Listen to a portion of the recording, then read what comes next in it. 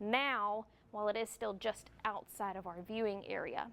Now, ways to prepare. Keep your phone charged. Many folks charge it overnight, so hopefully it is on the charger right now in case that power goes out. And we've already seen some power outages, even just with the wind and some of those storms. Put hard-soled shoes on when you are getting into your safe spot. Gather important documents, medicines that you may need.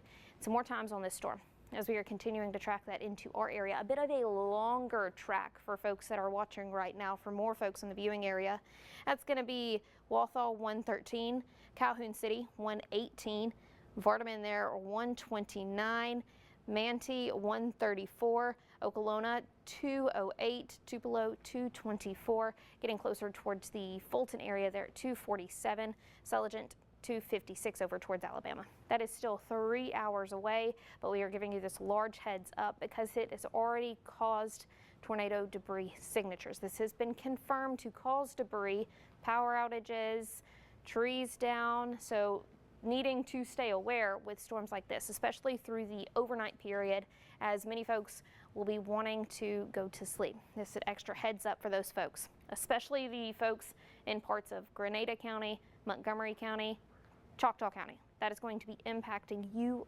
first. It is just outside of that WTVA 9 news coverage area. You can see that area of rotation that we're tracking right there, kind of on that south end of the storm. That's going to be Duck Hill, 1239. So just go ahead and get to your safe spot now. Don't wait until the last minute. It is dark out and you will not be able to see this. And this is not the type of storm a lot of folks stand outside on the front porch. Not today, not tomorrow. Get in your safe spot. Make sure you are taking cover from these storms. And another look at kind of some of that rotation, because we've been tracking 2 areas of rotation there. You can see one right there and then one just south of that. That's going to be Jefferson 226, Duck Hill 240 with that area of rotation. And you can see some discrepancies in a minute or two difference in those areas like Duck Hill, Jefferson. Just go ahead and be in that safe spot. It's because we are tracking 2 areas of that rotation kind of moving in the same direction. I'm going to switch out with our chief meteorologist. Well, go ahead and come over here. We'll see if we can do the camera one shot here for a second. And so when we're looking at this, one of the things, you can see the big hail that Chelsea was talking about a minute ago there on the monitor behind me.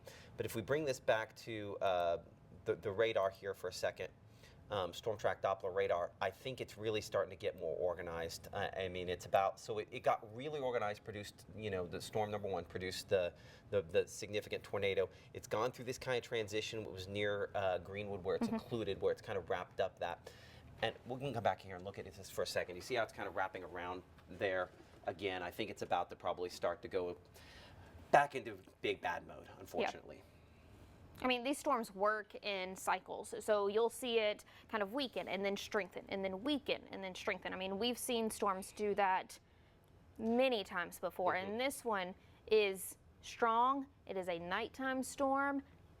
You just need to make sure you are taking those extra precautions now. Absolutely, and it's the thing that we still have some time that we never want to hear is people like, if it's my time, we need to be on that Greenwood Tower Cam. Hold on a second. Okay. I just saw behind you a second ago. It should be on 3. Hold on. Let's pull this up. Let's look at this for a second here. Right about there a second ago. Right there. Okay. Right there.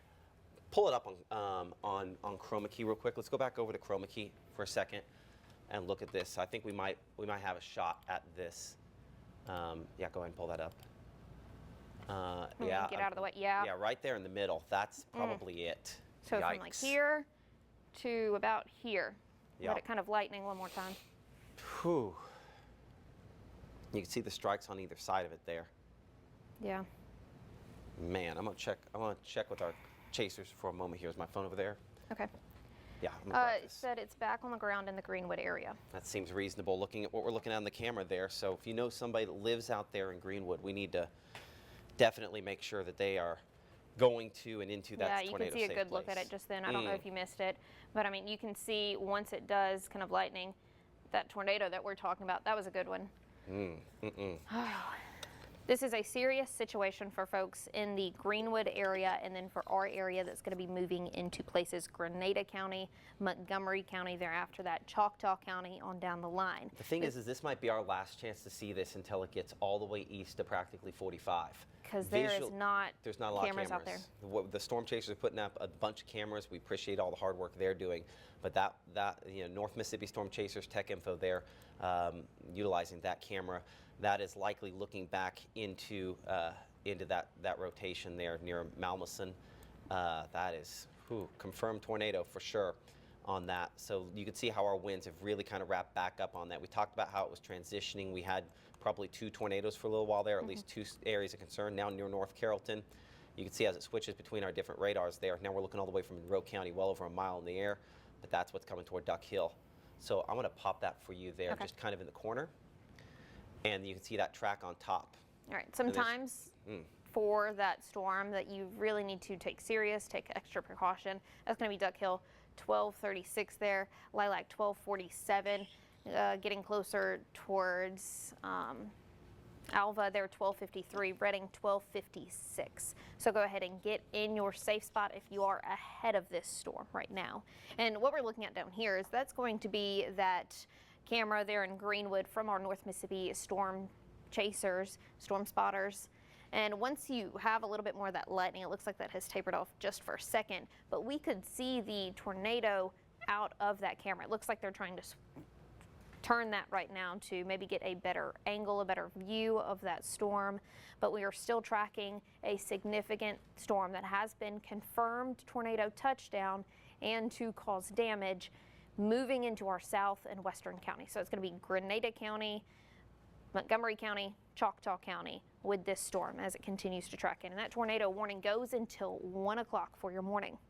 So Chelsea, let's go ahead. You can stay over there and back room with pop-up camera 1 here for a moment. To kind of look at what we have over here on 2. So I have that. Of course, we've been looking at that likely tornado in the last couple minutes here. Now, I'm looking between a couple different radar sites. We're now to the point where we can see this from our Monroe County site. And while we're looking probably too high up, if I go to the wind mode on this, and in particular you see right there near 35, as it kind of goes between them, I'm going to make sure we stay on the Monroe County. You will notice how we had, it's right behind John's head there. Apologize. I'm going to put this in slow motion here, John. I'm going to have you move just a little bit. I appreciate it. Meteorologist John DeLucia getting in here, continuing to analyze things. But there was that initial tornado, and then this is where the new one has taken over here on the front end. So that one is the one near Jefferson. That might have enough of an angle that's more Grenada County than Duck Hill. We're going to have to look at that here a little closer, Chelsea. I'm going to do that analysis. I'll let you do some tracking on that. We'll come back to that here in a moment. Okay. Because I think it might have a little bit more of a northerly angle. Okay, so we're going to get that northern angle on the track right now. Let me go ahead and clear all of this off so we can get a clean look at that radar. Looking at this storm right now, you can see the bulk of the storm is just south of Grenada County.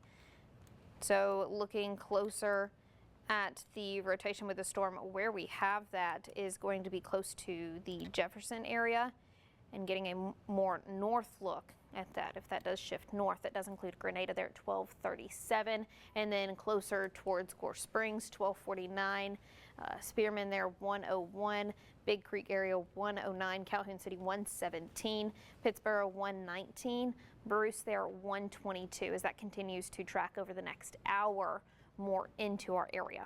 And once again, this has been a confirmed tornado touchdown with this storm, and it has caused damage, power outages, trees to snap. So go ahead and be in your safe spot if you are in this tornado warning.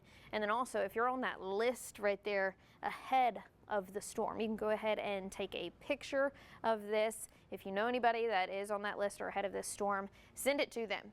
Take a picture, let them know to take shelter or at least be close by if they're not just quite yet in that warning. This is, once again, confirmed tornado touchdown with this storm that we are continuing to track. It has caused damage already. Now the time is 12:16. I'm meteorologist Chelsea Simmons alongside Chief Meteorologist Matt Lobhon and John DeLucic that has just joined us. It is overnight. It is those nighttime storms. A lot of folks are going to be sleepy, but We have a tornado warning with a storm that has been confirmed to touch down and cause damage. Right now it is just south of Grenada County line. You can see closer towards Jefferson there. That's going to be tracking more into our area within the next 10, 20 minutes. And that's going to be into some of our area.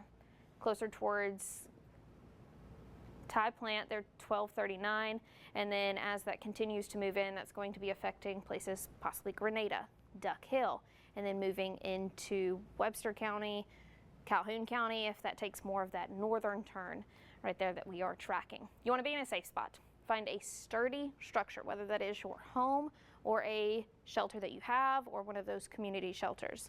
You want to be in a small windowless room wrapped up in pillows, blankets. If you have a helmet, put a helmet on. You want to have as much protection from you and the outside as possible, and stay there until given the all clear. And these storms are just starting and just moving into the area. Another tracking, see that rotation right there that is circled. Some of those areas that it'll be moving into: Liberty Baptist Church there, 1222, and then closer towards Emmanuel Baptist Church, 1234, Grenada Lake Medical Center, 1235, and then closer towards Grenada, 1236, Chapel Hill School, 1238, and then as you look down the line, Lakeview Public Use Area there, 1239 as well. Why is this issued? This has been issued because it has been confirmed to cause debris. Sometimes you see those that are just rotation detected from radar. This one has caused debris signatures and has been confirmed seen by our storm chasers. Now the national and us on that camera. I mean, we're still kind of looking at that camera right there. It does look like it is dark. Has the power went back out again, or I think they moved it. So it's facing a different direction now. I think they moved that a few minutes ago. Hold on, we have a bounded weak echo region there. So what that means, you want me to trade me places for a second here? Yes, you can. They posted one of those screenshots in the chat right down there. We might be able to get back up. Let's go ahead and change the camera shot again. Thank you, appreciate that. We're just going to be doing some adjusting back and forth related to this tonight, as we just try to pace ourselves, knowing that it's going to be kind of a long 24 hours. I will see if we can, they did post a couple of those, and pull up one of those shots there from the North Mississippi Storm Chasers. And we'll get that to load in. It'll take here just a moment for that to happen. But the near term, what we were talking about, bounded weak echo region, pull the lightning off. But you see how you kind of have this donut in the middle? And if I go to the wind mode, that's right there where the wind is rotating around. Because we're looking so high up in the thunderstorm, that it just can sometimes look like the whole thing is rotating around that. It's a sign of strength, significant strength on this thunderstorm, and one not to be taken lightly. Now, to be clear, when we are this high up, we don't have a good low-level lock on where it is. So we have to draw bigger circles than we would if we were in Monroe County, which is right next to the radar site. But as you can see, I mean, there's no question where our most significant rotation is. It's right there, 104 mile per hour, pixel to pixel wind change, what we call shear, showing up with that. And so the angle has been more northward. I think a little bit more of a northerly angle on this the last little bit here. And so let's continue it kind of at that angle. I would say Grenada more in the path of this than Duck Hill was, and that's not the way it was when this warning coverage started. Now, National Weather Service still going with the discussion, possible tornado on this as opposed to confirmed like it was earlier. We had multiple instances where storm spotters were able to confirm not just debris, but the tornado being on the ground, including those camera shots you saw here a little bit ago. But we've now kind of exited the range of usefulness on that camera there in the in the Greenwood area, and this is heading toward the Grenada area. And so you can see if the current time is, 12:21. Grenada, we're looking at this view at 12:38. Doppler radar indicated rotation that could potentially be a tornado, either in the development phase or one already on the ground. Going back to that precipitation mode, we don't quite show that same donut in the middle there where you had the circle all around. If we go back the last two scans before this, you did have, clear-cut area of strong circulation. Our RFD, wrapping around is right about there.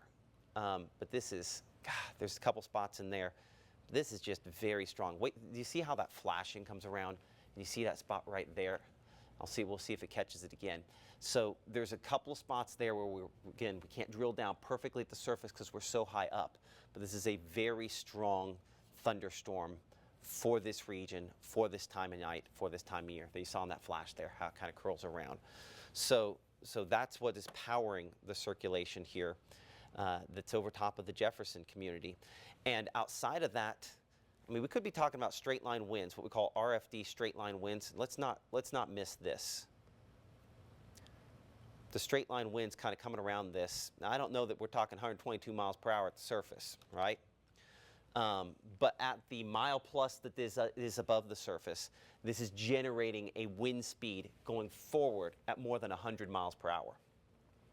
So yes, we have our tornado, possible tornado up here near Jefferson, but we also probably have at least some of this wind that's going to head right there toward Duck Hill if it continues at this angle. So that would be damaging wind in its own right. And that would be something of extreme significance for folks traveling along I-55. So and heading there generally, as you can see, between Duck Hill and Glen Wild near Camp McCain Road, possibly. So how long are we talking here? No more than probably 4 minutes from crossing I-55, if it continues at this angle. More than 100 mile per hour winds aloft, some of which could be mixing down to the surface at more than 80 miles per hour. So 2 threats here. The tornado kind of back here, 3 threats. Large hail, tornado, and then damaging straight line winds kind of running ahead there. Now, what I'm concerned with is what all this is here. If this is debris or something settling out of this from before. And then we have the other developing circulation on the backside. So we're going to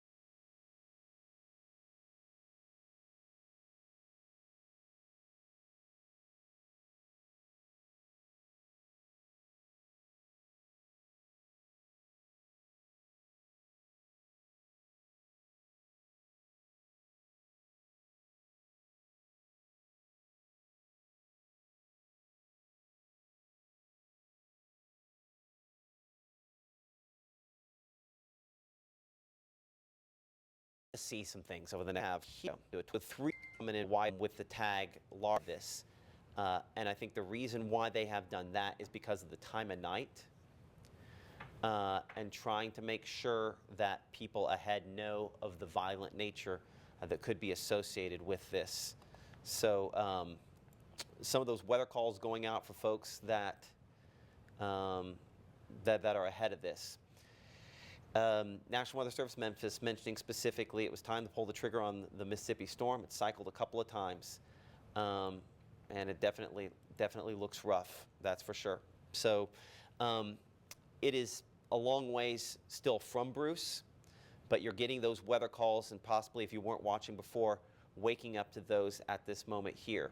As we track this ahead a little bit, again, for Bruce, if this were to hold together all the way for you, it's moving about 45 miles per hour now. And Chelsea, we might double check that speed. I'm just checking it. About 45 miles per hour now, so that would put it into Bruce about 125. So that's about an hour from now. The idea being that because this is the first opportunity, unfortunately, to experience a tornado in what could be an event of tornado warnings over the next 24 hours, they're trying to make sure as many people ahead are aware of what could be happening with this. There's been multiple tornado reports. We are probably not going to know something until it hits something, and because we're just how high up we're looking, that might be something strong before we're able to confirm it, because we're more than a mile above the surface, and a bunch of check boxes with the time of night that they went ahead and went well ahead of this on the tornado warning, which is probably the safest thing to do in this situation. But Grenada at 1240, less than 15 minutes from you. an area of circulation that has produced damage on more than one occasion, and certainly has been reported to be a large tornado on more than one occasion as well. So for folks that live in Grenada, we need to be in that tornado safe place. Again, as we kind of reset things here for a second, current time is 12:27. I'm Chief Meteorologist Matt Lawpon alongside our meteorologist Chelsea Simmons and John DeLusick, tracking our first tornado-producing thunderstorm of this, what unfortunately is going to be extended period for the next better part of 20 hours or so, where we're going to have the potential for tornado warnings off and on. The storm has looked a little more disorganized the last scan or so here, but that happens a lot of times with these where they strengthen and weaken, strengthen and weaken, strengthen and weaken. So I'm going to have to play the wide game here, kind of look where I see the rotation, kind of pick the best. And there's really a couple spots there that I can argue that there's maybe significant enough rotation. But I would say all three are less than what it was a little bit ago. But if we live near the Jefferson area and behind that banner there, if we live in the Grenada area, we need to be in that tornado safe place. Again, I think we've had this kind of wobble directions a little bit. It was pulling north. Now I think it might be gusting more east. So Duck Hill, again, you're in that tornado warning. Grenada, you're in that tornado warning. And these are choosing their own road on the way that they are ebbing and flowing, unfortunately. So let's get you a new time there for Duck Hill. We show 12:37 for you now, 9 minutes. We need to be in that tornado safe place. I know we have a whole bunch of new shelters that have been put into place there in Montgomery County. I'm sure some of them are getting used tonight. We are hopeful that it does not take this eastward track. Obviously, we don't want to take a northward track either for folks in Grenada. But if you have questions about storm shelters, obviously we probably already should be there. If you're in Montgomery County, it's probably too late to be getting out and getting to some of these shelters, simply because the most vulnerable location for you is at the top of the list there, cars and trucks. So we're probably past that time, unfortunately. But if you're ahead of this, we do still have some time, and there's that list of storm shelters, WTVA.com. As we look kind of the couple different ways, we're looking from Monroe County. I'm going to look from Jackson, and still show that both those areas of rotation are showing up on here. The Monroe County side is looking a little bit lower, so that's the one we'll go with here for a moment. And I show that rotation, again, better part of a mile above the surface there, but more than around 100 miles per hour still on this. So we're defining this as a Doppler radar indicated area of rotation that could potentially develop into a tornado. And Chelsea, I think we have to kind of have the wider circle on this simply because of how high we're looking. Would you agree? Yes, I agree on that. Okay. I'm going to trade you back here for a moment. We'll go ahead and trade shots as soon as I kind of get back over here.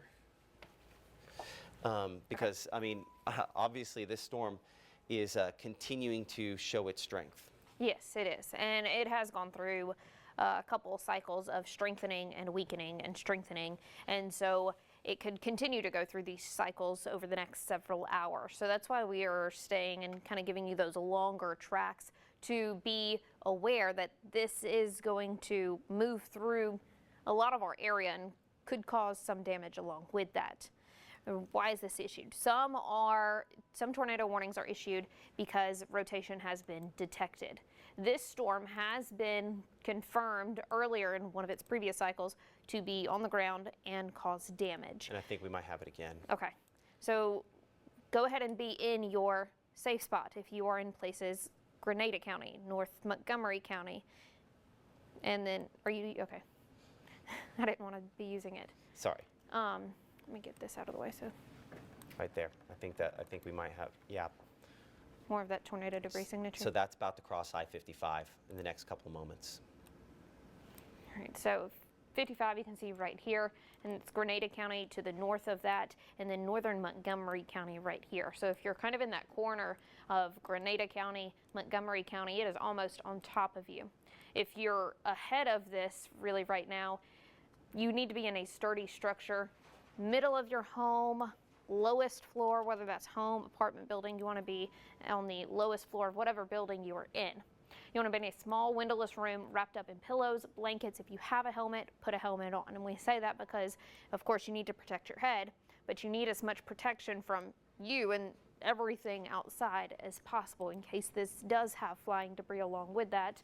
Which and it does. does look like right there along 55, you can see more of those blues. That's that tornado debris signature. And so I'm going to go ahead and say this confirmed tornado touchdown. You can see how that's changed up there at the top of your screen. Now that tornado debris signature there right along 55, that's kind of that corner Grenada County, North Montgomery County. So if you are in Grenada County, Montgomery County, needing to be in your safe spot already. Sometimes on those storms, as that continues to track in, that's going to be Elliot Baptist Church here, 1237. That's in the next 5 minutes. Elliot Church of Christ, that's going to be 1237 as well. Closer towards Camp McCain Training Center around 1240. And then closer to Kincaid, 1246. So go ahead and be in your safe spot. Be steps away from your safe spot if you are out ahead of that storm, kind of that longer track. This is a large tornado, confirmed tornado debris signature, and that's going to continue to now track, and you can see it has gotten larger.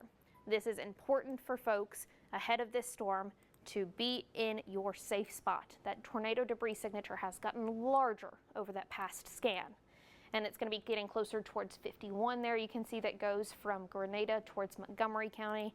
So more times on that storm as it continues to track into our area. That's going to be Camp McCain Training Center, 1238. Closer towards Kincaid, 1244. Gore Springs, 1247. Gore Springs High School, 1247.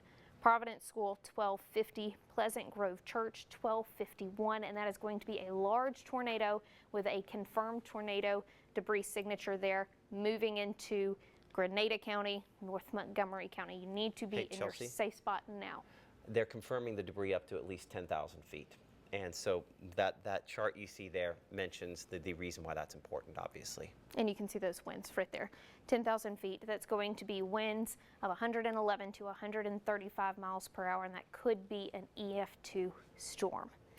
Moving into our area, large tornado, very strong winds. Now that's going to be getting closer towards Highway 51 there, here really within the next minute or so, if it's not already on top of that.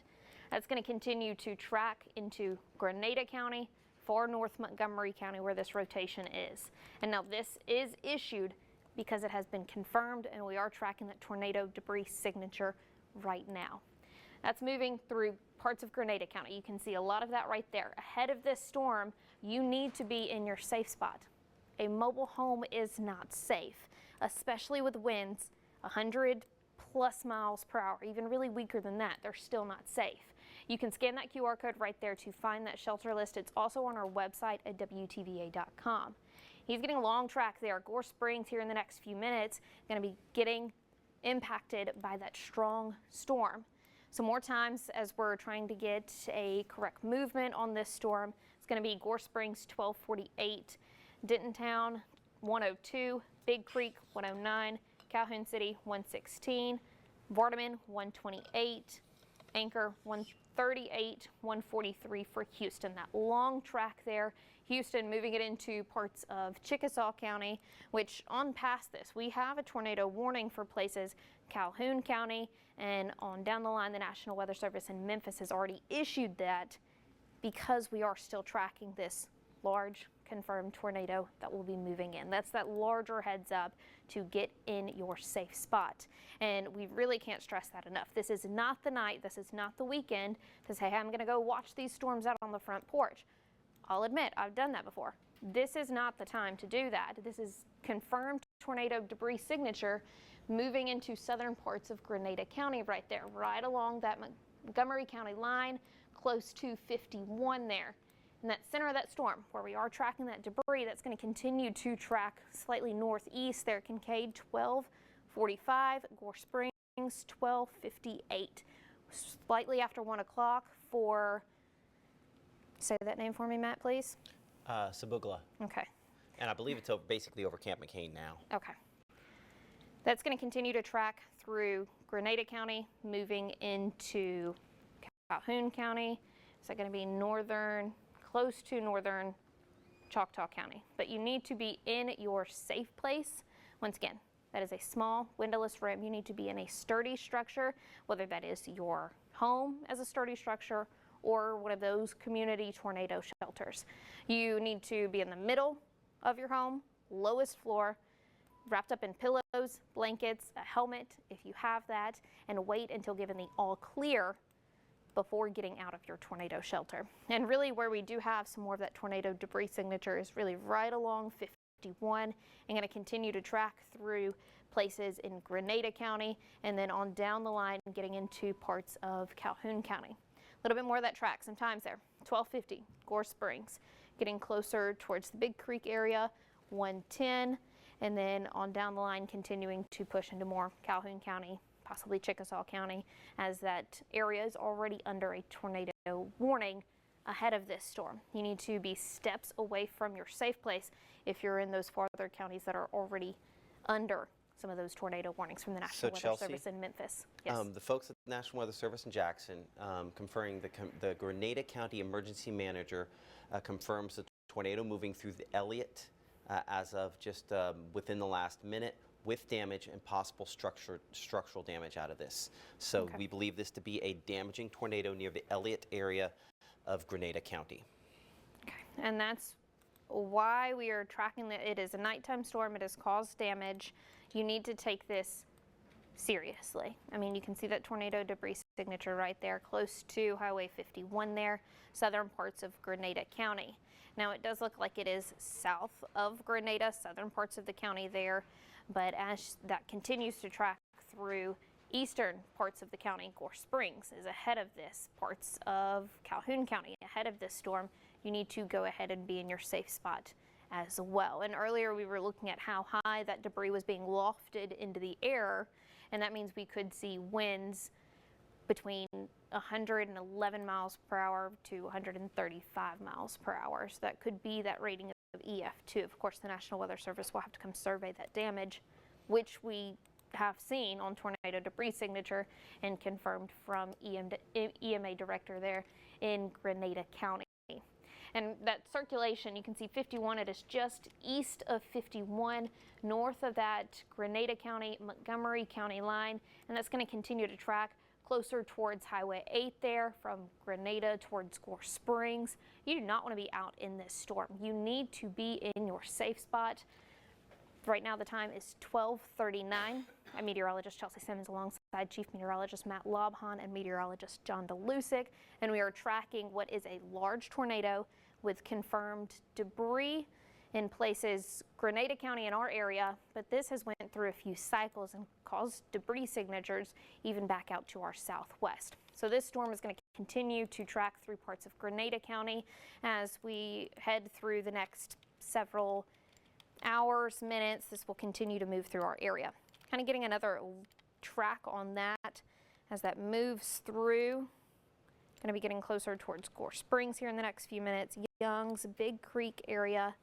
Gore Springs 1250, so in the next 10 minutes, you need to go ahead and be in that safe spot now. Big Creek 111, closer towards Calhoun City.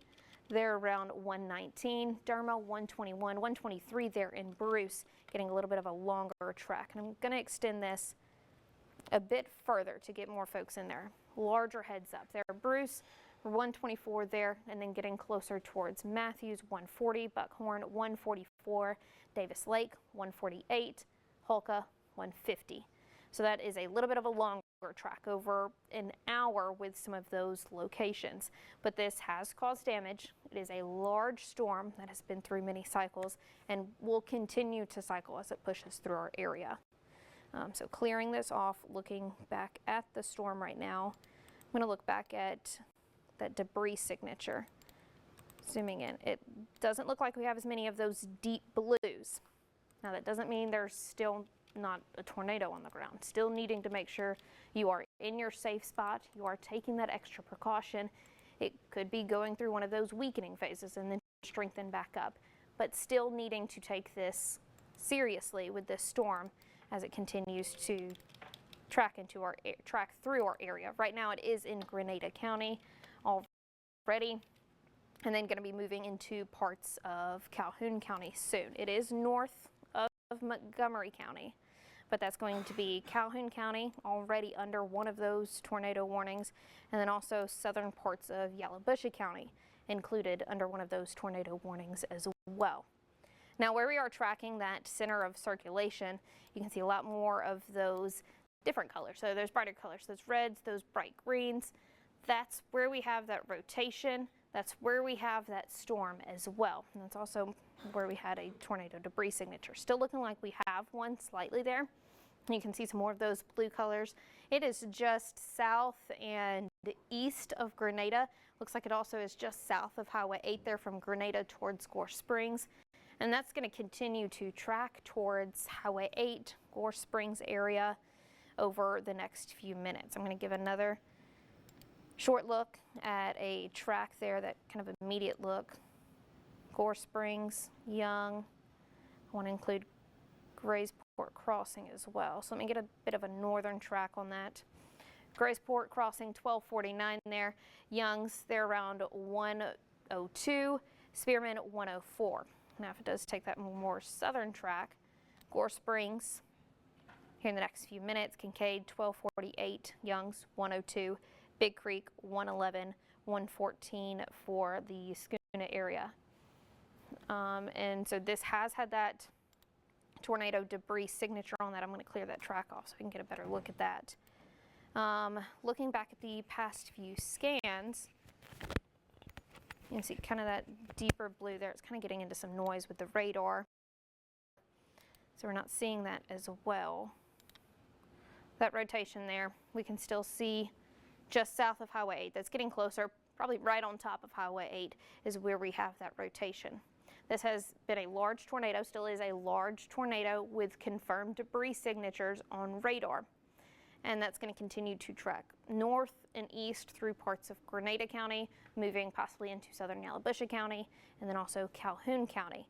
I'm going to look and see if that is heading more north or more northeast. It does look like that is heading into, for some, it's going to be southern Yalobusha County. Zooming back out some. It looks like it is going to clip south and eastern corner of Yalobusha County. So for places on down, Yalobusha County, Calhoun County, under that tornado warning from the National Weather Service in Memphis, those folks also need to be steps away from your safe place, if not already be in your safe place. It is going to be a small windowless room wrapped up in pillows and blankets. You want to stay away from windows and doors. You want to be as in the center of your home as possible. Now, some of those unsafe locations, that's going to be cars, trucks, mobile homes, large open rooms, upper floors, rooms with windows. And that shelter list right there, you can scan that QR code. It is also at WTVA.com, where you can find a list of those tornado shelters county by county as needed. But this storm right now, moving through Grenada County, it's going to be moving into Yalobusha County, parts of Calhoun County, going to be impacted from this storm. They do have that tagged up there. You can see large tornado, considerable damage. We have had that tornado debris signature with this storm just the past few scans. In Grenada County, we've seen that tornado debris and confirmed debris from the EMA director in Grenada County. So looking at the storm right now, it is 12:45. I'm meteorologist Chelsea Simmons alongside Chief Meteorologist Matt Lobhan and meteorologist John DeLucig. We are tracking a storm that has had considerable damage, large tornado. We've seen that tornado debris signature, and that's going to continue to track through parts of eastern Grenada County, kind of now just north of Highway 8, where we have more of that center of rotation.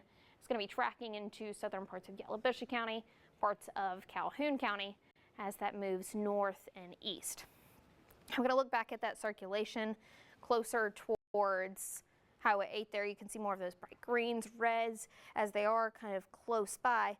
That's where we have that rotation there. Those winds coming into the radar and going out of the radar and that rotation. So right along Highway 8, closer towards the Gore Springs area. Going to get more of that track as it moves into southern Yalobusha County, into Calhoun County. Young's 102, closer towards Benwood 109, Shepherd 118, Pittsboro 121, Bruce 123, 128 for the Banner area. Gonna clear that out and look back at that tornado debris signature. Closer to the Gore Springs area is where that tornado is right now. Matt? Yeah, go for it. That's just noise from radar right now. Yeah, I think it's largely just noise. Okay. Right there. You want to trade me out for a minute here? Yes, I can. They sent Okay, so those are a pictures. couple of pictures. Now, those are from Jeff with the North Mississippi Storm Chasers. We'll kind of change the shot, and I'm going to back this cart back up. We're going to be kind of going back and forth like this tonight, as we all kind of, I'm sure you at home included, just kind of adjust to what is going to be a long period here. So let's come back over, and we're looking back at the precipitation mode. Oh my gosh, just so hard to see there. Wind mode is pretty obvious, so that's what we're going to stick with. Let's circle it, and then we're going to show you what we have gotten in from the storm chasers in the last couple of minutes, the North Mississippi Storm Chasers. Let's get you a new storm track on here as well. And again, there have been some bobbing back and forth on where it is. We're just looking so high up that you're going to get slightly different angles from myself and Chelsea each time we pull out one of these tracks. Okay, so let's look at some of these pictures, and let's see if we can get a location that Jeff was at specifically. I know he was in Duck Hill, so I'm assuming this is probably close to 55. Let's specifically ask Jeff in chat there where this is. Okay, appreciate that. So let me pull that up here for you. So this is what it looks like. Some kind of I mean, you see those rumble strips along the side. Well, you don't because I'm in front of it. But there's the rumble strips along the side. Typically, that's an interstate thing. So we can assume this would be probably very near I-55 where either A, the strong, remember we mentioned the straight line winds on the one part of it there, either when that came through, knocked that tractor trailer off, or it was when it was possibly when a tornado went through the area. Looking at the trees, they are not all completely in shards. They're fairly open. So it might have just been straight line winds. But in saying that, I see some trees look like they're on the roadway there ahead. So we'll confirm to make sure that that is where we think it was. But more proof that this storm is capable of strong things as it continues to move toward the north and east. Strong tornado potential, unfortunately, on this. Now, sometimes, we're looking at this and it's very obvious. Other times, we're just so high up that it's less obvious. And that would be our scenario here. In saying that, though, it's one of those rare scenarios where I'm going to make our radar extra smooth. That might be just a little too much. Let's go just one level below that. Yeah, there you go. You can kind of see that wrapping around there. And there's my inflow channel to get the air into the tornado right there. So let's go back a couple scans. Let's see if that all kind of verifies it does. Yes. So, okay, so that's where it is. So our tornado is probably still wrapped up there northwest and just west of Gore Springs, just north of Mississippi Highway 8, just a few miles east of Grenada. You can see Grenada there. And so the determination by the National Weather Service, still large tornado, considerable damage possible out of this thunderstorm. Let's go ahead and circle the area that we're most concerned with there, just north of Mississippi Highway 8, just north of Gore Springs, moving toward Grayport's Crossing. The fact I said Grayport's Crossing is a reminder that this will cross over probably that southern branch there of Grenada Lake. And so luckily that is not the most populated portion of the WTVA 9 News viewing area. There's our track, slightly longer track that does have Pittsboro in it. That would be a half hour from now, assuming it still is going 45 miles per hour, and that's something we probably should double check what the forward speed on it is. But 45 miles per hour forward speed is a reasonable based on where it is. Double checking, it would be exit 199 on I-55 was where that damage we saw a second ago. I'll pop that back up in case you missed it. Jeff with the North Mississippi Storm Chasers getting this shot here of what it looked like as it came over.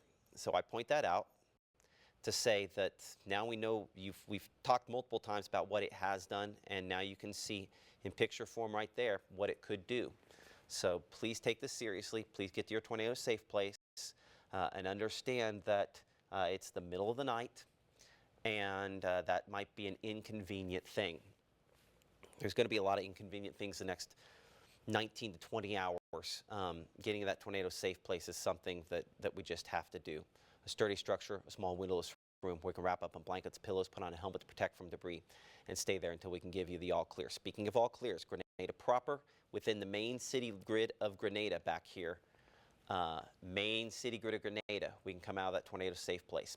One thing our meteorologist John DeLucic and I were looking at behind the scenes a moment ago there is this storm near Duck Hill on kind of the south side. I'm going to clear off the tornado safety rules for a moment, trying to figure out what it was doing, kind of feeding in there, whether or not it's going to mature. I mean, this has been a very strong, long-lived circulation. Yeah, still showing up in the kind of over the southern branch there of Grenada Lake, moving in the direction of Bruce and Pittsboro. Calhoun City, clearly you're in the path of this as well. And I know, well, how can both Calhoun City and Bruce be in the path? There's a pretty considerable distance between the two cities, right? It's because this has not gone in a straight line, and tornadoes never do go in straight lines. And so for that fact, we need you in your tornado safe place, depending on whatever bob or weave this decides to make, because it's doing one of these and then there. I think it might be doing this a little bit more now and then there. And so we're lucky enough it splits the difference. Lucky if you live in one of those spots, not lucky if you live in the middle, obviously. But there remains the possibility that this could continue to produce tornado reports as it moves toward the north and east. But yeah, I still show what looks to be tornado. That's usually associated with a tornado debris signature. So let's go back here and see if we can kind of spot one. Most of what I have back there farther is out in the clear zone here. And again, I have a lot of smoothing on this so that I can kind of pick our area of circulation out there. I'll double check to see if that's still where I would have it. Yeah, probably pushing there, very near Gore Springs, kind of in there, kind of wrapping back around near Alice Williams Road and County Line Road in the northeast portion of Grenada County, where, as you can see at the top of your screen, the potential for a large tornado producing considerable damage at this instant. I do not have a ton of debris showing up on Storm Track Doppler radar at the moment, and my greatest wind return is kind of in the wrong spot, thankfully. In saying that, though, radar is imperfect, but I would say right along Highway 8 is where this is tracking at the moment into Gore Springs. So hopefully we are definitely in a safe place there if we live in the eastern portion of Grenada County or really any location within Calhoun County. As far as Yalobusha County is concerned, the worst of this is largely south of you, likely to stay largely south. That's not to say that this doesn't clip the far southeast corner of Yalobusha County, but I'd say over Gore Springs where it is now, and generally moving this direction between Bruce and Calhoun City. A damaging tornado in the area at this moment, and something we have to be very, very careful. So our storm chasers continuing to kind of gather information on some of the tornado damage there in Grenada County, and we'll hopefully have that for you here in a few minutes. But I still definitely show northeast of Gore Springs there, near Alice Williams Road, just to the west of that. That's an area of circulation tight enough to be a tornado. While I do not have tornado debris that I can confirm at this instant, I'm going to change our setting here to go to its most fine scale, and then that does mean we're more likely to get a false positive in this situation. I don't think I can technically confirm tornado debris on that at this moment. We'll go back to our more standard look at Storm Track Doppler radar and pull off some of those lightning strikes. With as electrical as it is, it's reasonable that we'll continue to have reports of power outages as this moves in, just from that portion of it alone, before you even take into effect the tornado potential. Both those things kind of combining to cause issues. Current time is 12:55, almost 12:56. I'm Chief Meteorologist Matt Lawpon alongside our meteorologist Chelsea Simmons and John DeLucic. I'm going to trade places again, I think, back with Chelsea one more time as we just kind of go back and forth here as we're tracking this long-lived storm that we anticipate will continue to produce more tornado reports. In Chelsea, it looks like Storm Chasers reporting significant home damage there in the Elliot community. Yeah, and that's going to be close to southern parts of Grenada County where that Elliot community is. And we have seen tornado debris signatures in that area, so that's probably more likely what we saw on radar when we were looking at that a few minutes ago. So still looking at this storm right now. Some times on this ahead of the storm, that's going to be getting closer towards Grenada State Waterfowl Management Area there, 102, so within the next few minutes.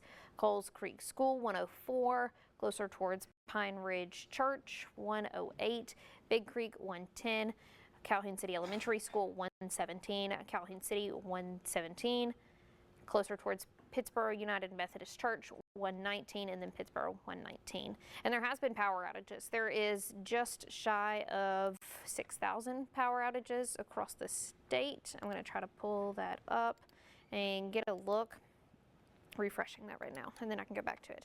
There is 5,900 folks without power right now across the state, and that's why we tell you to have multiple ways to get those alerts in case your power does go out. You can have other resources there. But for places Grenada County, even places Calhoun County right now, Montgomery County, impacted by that storm that we are tracking without power. There are a few folks through the northern part of our state, closer towards Tupelo, Prentiss, Tishomingo County, also some folks without power. So needing to have those extra layers, kind of build your armor. You don't want to rely on just one resource. WTVA weather call, also a good resource. I mean, you could probably hear Matt's phone ring earlier. WTVA weather app, have those notifications on, especially with overnight storms, some way to wake you up. No weather radio, that's a good way in case your power goes out or your phone dies. That works off batteries most of the time, so it will alert you for anything. Code Red Alert, and then also that FEMA app is a good way to have those extra resources to get these alerts, because this is not just tonight, it is not just tomorrow morning. We have more storms tomorrow afternoon going through the evening, and so this is a long duration period of some of these storms. Looking at radar right now, it really looks like that center of circulation is going to be north of Highway 8, closer towards Old Highway 8, just south of Young's, where we are looking at some storm rotation there, as this has been a large tornado with confirmed considerable damage through parts of Grenada County already this morning. The time is now 12:58, just before 1 o'clock. And that storm is going to be moving into southern parts of Yalobusha County and then into Calhoun County soon. And those two counties, at least parts of Yalobusha County, under a tornado warning until 1:30. You need to go ahead and be in your safe spot.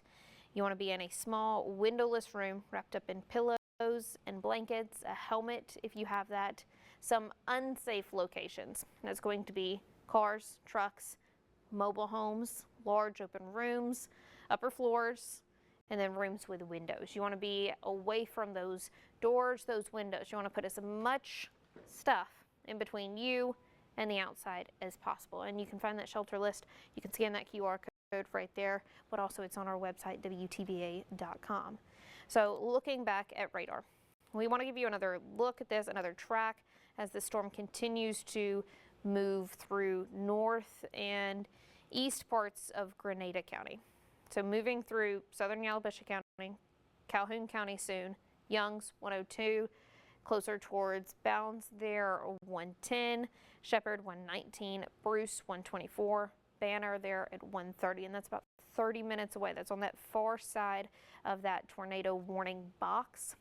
Go ahead and be in your safe spot, if not just a couple steps away from your safe spot.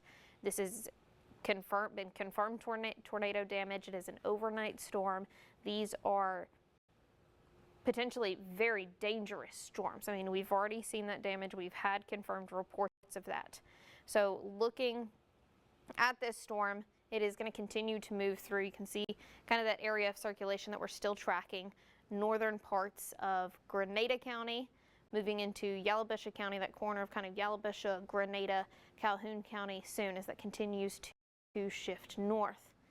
We don't give you a longer track on this. So for the folks that are watching for places through some of our eastern counties. That's going to be closer towards Holka, 149, Pontotoc, City Lake, 2 o'clock in the morning, Verona, 219, Tupelo, 223, Saltillo, 231, Bolton, 246, Fairview School, 257, and then closer towards Belmont, 313. Now, a lot of folks there may be asleep. Go ahead and take that screenshot, send it to them, and make sure they know ahead of time. Now, if you are in one of these locations, most of the northern half of the area under that tornado watch already. So a lot of those shelters are already open, but really in that immediate threat is going to be places Yalobusha County, parts of Calhoun County impacted by that storm. And you can see that tag, large tornado, considerable damage. We've had confirmed reports of damage from our storm spotters and then also from the Grenada County EMA director with this storm. And now kind of that center of circulation, zooming back in on this storm, is moving into parts of Calhoun County, parts of Yalobusha County, maybe seeing a little bit more of that rotation as well. As you can kind of see those more brighter colors there, the brighter reds, kind of those brighter greens, that's where we see that rotation. It does look like it is a bit more broad rotation right now, but it has been confirmed, and this storm has went through a few cycles of weakening and strengthening and weakening and strengthening. So even if it is weakening right now and you're out ahead of this storm, it could strengthen, and it could strengthen fairly quickly and then cause damage. So make sure you are in your safe spot out ahead of this storm. That's going to be for places. You can see Bruce still out ahead of this storm, Banner out ahead of this storm. Giving you another look at that and another track on this as that moves north and east. I'm going to give it a little bit more of that south track to include a few places like Bruce and Lloyd. That's going to be Bounds 109, closer towards Shepherd 118, Bruce 122, Lloyd 129, Matthews 138. Now I'm going to shift this track to more of that north extent, and it's going to be Shepherd 119, Bruce 123, Matthews 139. That's including some of those same locations, but Randolph 148, Dogtown 150. So that's expanding over the next 45-50 minutes with that track. We want to give you that heads up. And now they have changed that tag once again. Confirmed tornado touchdown. We have seen this touchdown and cause debris, confirmed and tornado debris signatures a few times with this same cell. We've been tracking that before it got into our area. Right now it is moving through kind of that corner of Grenada, Yalobusha, Calhoun County. As we kind of clear that track back off, looking at that storm, you can see looks like maybe some hail in parts of Calhoun County. Let me look at that and check that. We've seen some large hail with this storm as well, and it does look like we have some hail, not the largest that we've seen, but still possibly some damaging hail, especially that southern corner closer towards Grenada County of Calhoun County. You can see more of those blues there, kind of that almost purplish color. That's where we're seeing some of that hail within the storm. So we are still tracking this storm. Right now, kind of that rotation, that center of rotation that we've been tracking is moving kind of through that corner of Grenada, Yalobusha, Calhoun County, closer towards the retreat area. And that is going to be north of Highway 8 and is going to be kind of closer towards County Road 308, Young's area. Bounds, you're right out ahead of that. Big Creek, you're right out ahead of that. Pittsboro, you need to go ahead and be in your safe spot. And kind of getting another look at that track as it moves into some of those locations. Some times of that storm, going to be Big Creek 113, Shepherd 119, Matthews 139, closer towards Reed there 135, Buckhorn 143, Holka 150, Algoma 157, as that continues to track and will move into some of our northern counties once it gets past where right now under that tornado warning for places Yalobusha and then Calhoun County. Yes. Okay, so we're starting to get more pictures in from Ashton and North Mississippi Storm Chasers. I will double check. I'm assuming because he was the first one to report Elliot got hit, that's where a lot of these are coming from. Okay. You want to trade me spots for just a minute here? Yes. Again, I'll come out there. Go And ahead. this one in the chat says it is from Elliot. Elliot, okay. There we go. So we'll go ahead and adjust the camera here for a moment. And we'll come over and take a look, because unfortunately these are rather rough looking. Give me just a second to kind of get these all where they need to be so that I can show them freely to you. And again, Ashton with North Mississippi Storm Chasers reporting what looks to be fairly significant damage in the Elliot community. That would be in the southern part there of Grenada County, kind of southeast of Grenada. Before we do that, boy, this has gone through an evolution, hasn't it? Okay, our sustained circulation there may still be a thing, but watch Slate Springs. Yeah, see how that's kind of shooting ahead there? Hold on. Kind of pull this back. Yep. That's about to produce, if that hasn't already produced a tornado there, northwest of Slate Springs, it's going to. Near Highway 8 in Sabugala. Right over top of you, this is probably a tornado either in the generation phase or one occurring right now. Let's check tornado debris mode. I can't confirm that yet, but that's in the right spot. Let's adjust that forward. Moving along Highway 8 toward Calhoun City, we have a tornado that we believe is either in the generation phase or touched down at this moment moving toward you. So we don't have a ton of time here. As we've talked about, you know, that there was going to be some ebbs and flows and changes in this. Unfortunately, this has not worked out well for Calhoun City. 1:18 time for you, we're now 11 minutes away. So what we believe this to be is a tornado either in the generation phase or having already touched down, as this storm, well defined on all of our projections, that we talked about it over and over the course of the last couple of days, that we get these long track storms that kind of produce tornadoes on multiple instances. This one has now probably reformed on the front side of this, unfortunately. And to give you some perspective of what this storm is capable of, man, I mean, let's get you to tornado safe places up there real quick. Your tornado safety rules. And then I'm going to show you some of these pictures, some of these videos. There's just a bunch that Ashton has taken, and they do not look good. And just this will be the example, is the reason why we need to be taking shelter from this. Okay, so while I have that storm track still there, I want to show you this video that Ashton took. This is in the Elliot community in the southern portion of Grenada County. Significant damage there. Looks like that house in better shape than it could have been, but that was just the initial look at that there. I'm seeing these raw alongside of you. I'm really hoping that that's not the bars to make up the underside of a mobile home. No guarantees that's what that is, but a lot of times when we get a long piece of metal, hopefully it's some kind of outbuilding, frankly. That is a car overturned, trees knocked down and to a certain extent stripped. Man, I hope someone wasn't in there. Again, that's why we talk about cars. The roof partially missing on that house. Go ahead. Just read it. Read it out loud? No. Okay. Because I'm going to have Michelle call. Okay.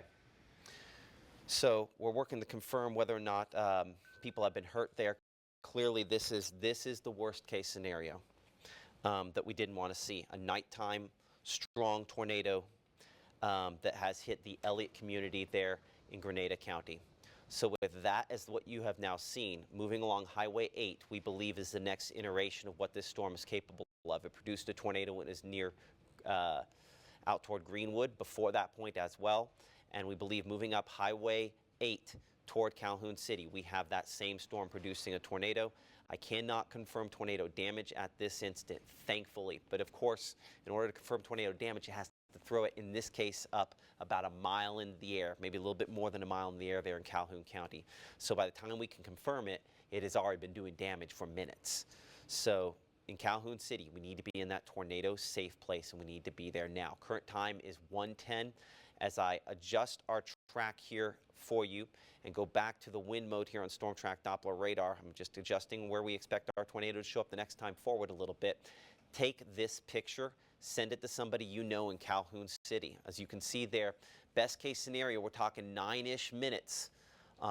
School there on kind of the west side of town, the impact there, about 1:20 Best case scenario, that would be 10 minutes from now, 9 minutes from now, and that time is ticking away. So we need to make sure that someone there gets that call or text message from you. Yes, weather call is important. That's what we talk about to wake us up in the middle of the night. But your phone call, I know my phone here, I have the fine folks here in the studio and a few other people around the station who have my number, and I have a do not disturb that's on my phone in the middle of the night so that I can sleep. Here's the deal. You can bust through someone's do not disturb by calling them back multiple times. So if their phone, you call them and it doesn't go through, call them back. Make sure they know that we have what has been a damaging tornado from time to time moving in their direction. I'll pop up this video again while I leave that storm track up for a moment of what looks to be fairly significant damage, and we're working to determine whether or not folks were actually injured as well. Clearly with overturned cars, that was a powerful tornado, as anticipated, as forecasted, unfortunately being realized in this case. So bring that down here for a moment. That was Ashton with the North Mississippi Storm Chasers. We appreciate the dedication those folks do out of the kindness of their heart, the goodness for the community, to make sure that people are safe on nights like this. This is an increasingly complex thunderstorm because, I mean, I don't know if you hear it the same way we hear it here at the studio, but like the wind is howling through the tower out there above us at 70, 80 miles per hour.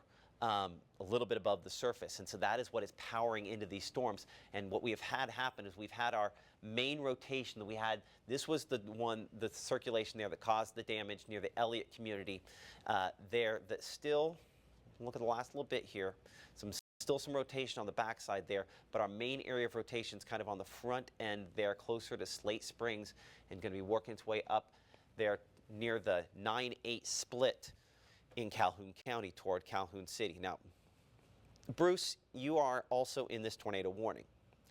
I'm not as concerned for you, but I will tell you that there are still some spots back here that look a little fishy, enough so that I would be in that tornado safe place if we were there. And certainly, when we talk about unsafe places, cars, trucks, and manufactured homes are where most tornado fatalities occur.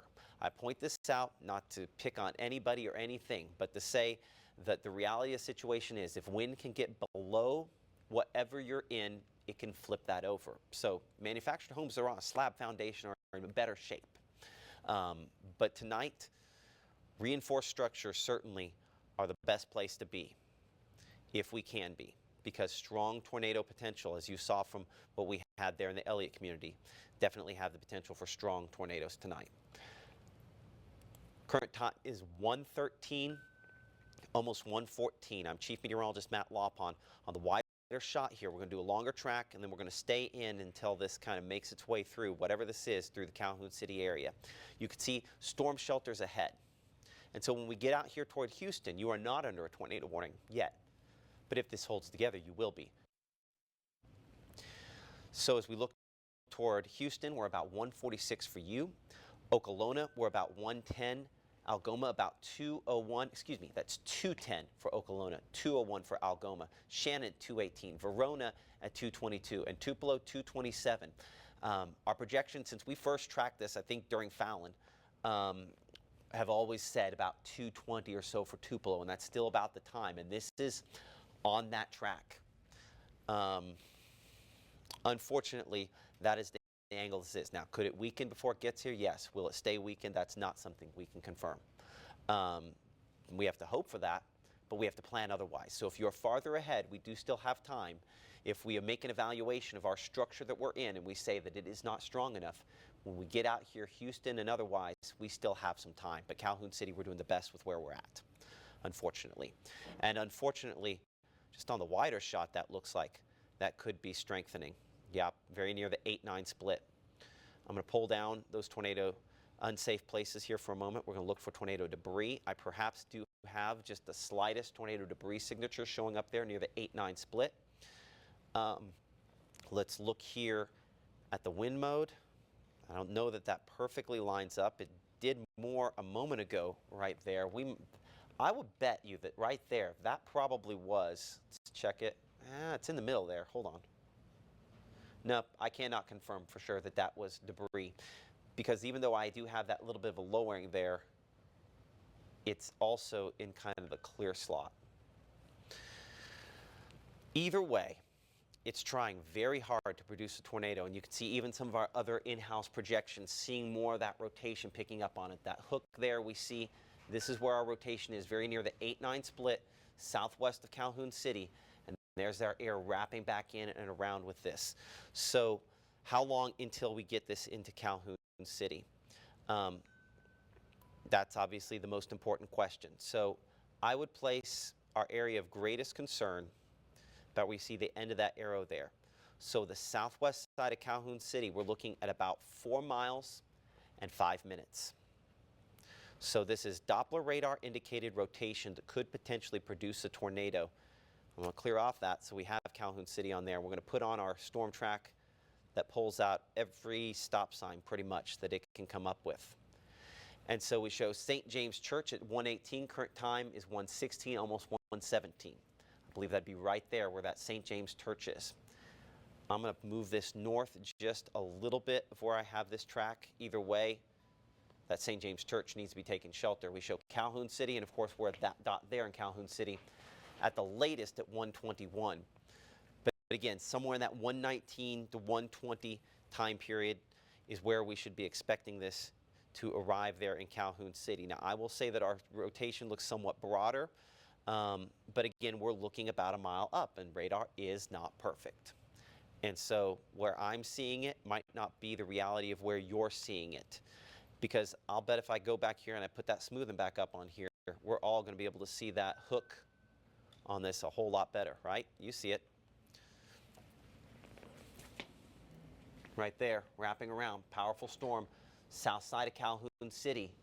I mean, I would say all of Calhoun City. We got to be careful, but I would say certainly a preference on the south side and east side there, eventually toward, I guess that'd be Derma, and out toward Vardaman as well, Plyland and Thorne eventually, not officially in this tornado warning, but certainly the potential that this could produce significant issues as it moves in from the south and west. Current time, again, is about 1:18. So we are losing time here, and I'm waiting on the latest scan, which I believe is a minute later than I expected it to be. We should be getting that in any moment here. Let's go up. Since if we're not getting it on the lowest scan, let's go up here. And that gives you a better idea on the positioning. So that again is in right over the 8-9 split. So let's go ahead and put our circle on, and I would say again, on the southwest side of Calhoun City, where we probably have our tornado, if it's producing damage, that's our most likely spot at this point here, moving into the south side of Calhoun City. So hopefully, if you know folks there, they're in that tornado safe place. Luckily, this is a little bit broad. I don't have the tight pixel-to-pixel change, but anytime we're looking at radar, it's at least a few moments old. So with that in mind, it's at least a few moments old, and so it's possible it could be worse than what we're looking at here. National Weather Service is going to be extending a warning beyond this. They're going to go with tornado possible on a severe thunderstorm warning when they extend this into locations in Chickasaw, probably Pontotoc, maybe even all the way to Lee County there. We'll have to see as how far out they choose to go with this. I just want to be clear that we do anticipate that we're going to continue to have this storm rotate and try to produce tornadoes all the way up into the Tupelo area, somewhere around 12:20 to 12:30 we show there, into the midtown Tupelo area, southwest portion of town after that. And obviously, before it ever gets there, over Calhoun City now, eventually closer to, this does not officially on this track have Houston in it. Let's get Houston on that. We show Houston at about 1:49. And then, of course, on the north side there, if it were to pull all the way north, and that'd be a little extreme, we'd be looking at, I wanted to get Pontotoc in that. Yeah, you can see Pontotoc City Lake by about 2:09 if it were able to hold together that far north. So coming in closer here, as this potential tornado continues to move into Calhoun City,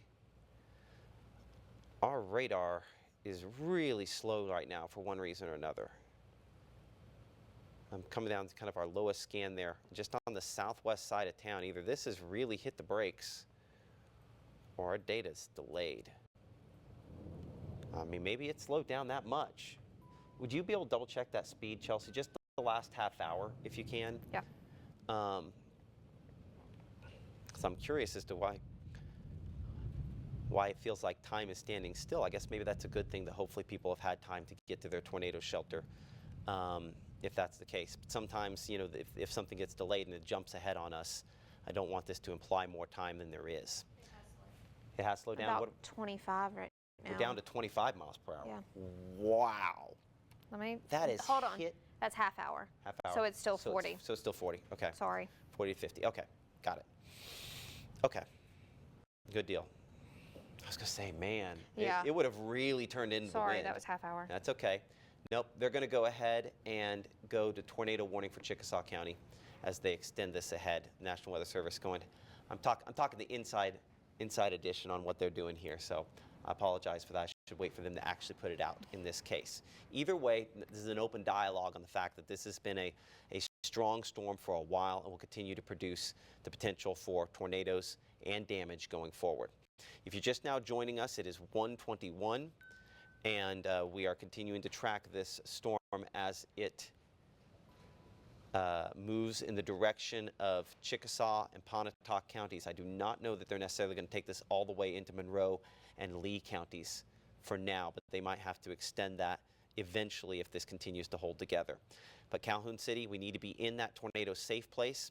The lowest floor of a sturdy structure, a small windowless room where we can wrap up in blankets and pillows, put on a helmet to protect ourselves from debris, and stay there until we can give you the all clear. I've got to move this card over a little bit more. I'm covering up a little more of the screen than I'd like to. There's our latest update. And again, showing what is still a developing tornado, I would say, kind of on the southeast side of Calhoun City there, just south of Derma, where it is by no more than about a mile to a mile and a half or so. In saying that, radar is not perfect. I don't know how many times I have to say that over Calhoun County. You probably in Calhoun County get real sick of me saying that because it's always an issue over you because we're always looking high. So I apologize for that. But because radar isn't perfect, I have to cast kind of a broader net here than I would necessarily someplace else. But I would say very near Derma is where our area of circulation is, and I would define it at this moment as a Doppler radar indicated area of circulation that could develop into a tornado very soon. We have not had one confirmed in the last few minutes, but in case you've missed it before, we have had it confirmed within about the last half hour or so. More damage video again coming in from the North Mississippi Storm Chasers, Ashton, showing what this storm did when it was back near the Elliot community. Unfortunately, that's quite a bit of damage, and we're still working with our Michelle Martin to determine whether or not everyone made it out okay on that. Still working to get confirmation. Some early rumors of things there, but certainly watching this very, very closely. So near Derma, as we go ahead and kind of take down that video again, where our area circulation is, I cannot confirm debris at this moment, thankfully. But as we always say, debris is something we confirm after the fact, and so it's not a predictive tool, unfortunately. So here's one of the weather calls coming in right now. Hello? This is Weather Call. The National Weather Service has issued a tornado warning for your immediate area. It is advised for you to seek shelter in the nearest best available shelter area immediately. Again, the National Weather Service has issued a tornado warning for your monitored area. Seek shelter now in the closest and best available shelter immediately. So I have mine set up to give me tornado warnings outside of just my exact location on that there, so that way we're kind of prepped behind the scenes and we don't end up missing something. So for my exact spot, I'm not officially under that tornado warning, but if you are in one of those spots where you are getting those weather calls right now, those locations would not be Lee County. They intentionally left off Lee County on that for now, as to not alert the whole county with tornado warning sirens until it's just a little bit closer and it's something we can confirm. Warning fatigue is going to be a real thing over the next 24 hours, where it's just like, we're doing this again. And the problem is that our peak potential for injury outside of the nighttime component for this could end up being tomorrow in the afternoon, and so we don't want people worn down by that point in time. So that will probably still be coming for a tornado warning eventually for Lee County up there, maybe Monroe County as well eventually. But for now, until 2:15 in the morning, we're talking about a tornado warning that's in effect for Chickasaw, for Pontotoc, and for Calhoun counties. And Calhoun City, of course, and Derma and Vardaman under the gun for the potential for this to produce a tornado. And again, strengthening and trying to do that. I'm going to look at a couple different scans here on Storm Track Doppler radars. We kind of try to assess the best location as to where it is. I'd say pretty much over top of Derma is where it is right now. Going back to the precipitation mode there, it is really trying to wrap up. Near Hollis, I've got to move my circle here forward a little bit. Definitely trying to wrap up. Right along Mississippi Highway 8. And one of the things to remember on this is unlikely to be visible. If you were looking at this from home and going to your front porch and trying to see this, there's a pretty good chance you won't. Yeah, right there. Hold on. That probably is. Very near, okay, so this is County Road 418, the intersection with Mississippi Highway 8. This is County Road 420. Very near County Road 420 is where our circulation is picking back up. If this has not fully wrapped up and produced a tornado yet, it probably will fairly soon. And it's going to move toward Hollis, Vardaman. We have to be in that tornado safe place. County Road 428, County Road 433. These are all Calhoun County roads, all in the path of this potential tornado. And if it's not producing a tornado now, I think there's a good chance it could in the near future. Let's look at that tornado debris. Not something we can confirm. Precipitation mode definitely shows it wrapped up at the spot we're tracking it there. So unfortunately, this is a serious situation where we need to be in that tornado safe place. And just a reminder, as we've recently had a new tornado warning issued, and as we look ahead on this is moving about 45 miles per hour. And this is not a knock on anyone or anything or any place or any choice, but this is a factual statement. Looking at statistics, you're 20 times more likely to die in a tornado if you are in a manufactured home when you're hit. In 2023, we had 3 tornado deaths in our area, and they were all in manufactured homes. The fact that they're not on a solid foundation makes them more vulnerable, and we need to be in a stronger structure.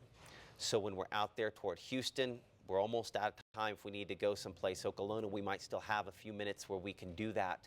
But if you're out ahead here, we need to be in a reinforced storm shelter. There's the list, as you can see with that QR code, to let you know. This is not knocking anyone or anything or any choice, but this is a factual statement that you need to be in a sturdier structure tonight.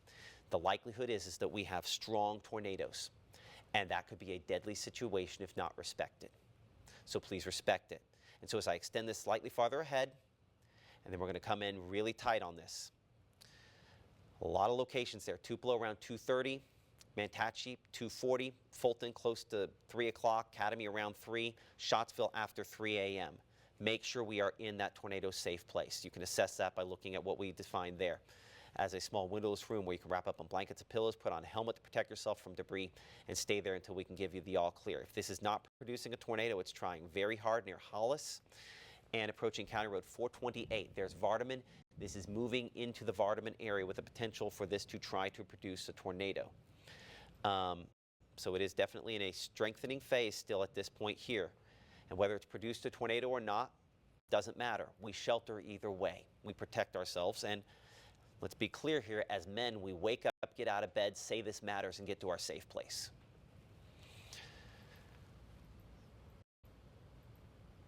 If your signal happens to go out for one reason or another, because your power goes out, we have had numerous power disruptions. We do stream live at WTVA.com/live and the WTVA news and weather apps. You can go to those to be able to catch our live stream if your power goes out, as long as you have internet and your mobile device. If you're ahead of this, we need to keep those phones charged. It's got a lot of this to go. Keep those phones charged, put on hard-soled shoes, and protect, important documents, and get within steps of your tornado safe place. The area I'm circling here is where we're most likely to see that rotation right now. I'm going to move it ahead a little farther along Highway 8 near the intersection of County Road 433, where we'd have it right now. This is Doppler radar indicated rotation that could potentially be a tornado in the development phases. And if not, let's just go back to the straight wind mode here for a second and talk about this, which is if this is not a tornado, this is maybe 90-mile-an-hour winds aloft that's trying to mix down to the surface. Now, again, we are looking fairly high up, but that is trying to wrap back around this. That's going to cause tornado-like damage if that is the case.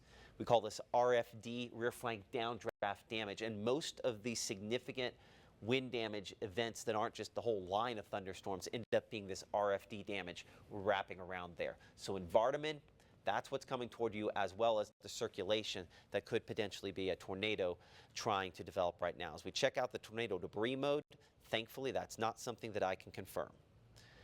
I'm going to take this, I'm going to make this more our blurry version again as we have all those lightning strikes popping back up to show the continuous cloud-to-ground lightning.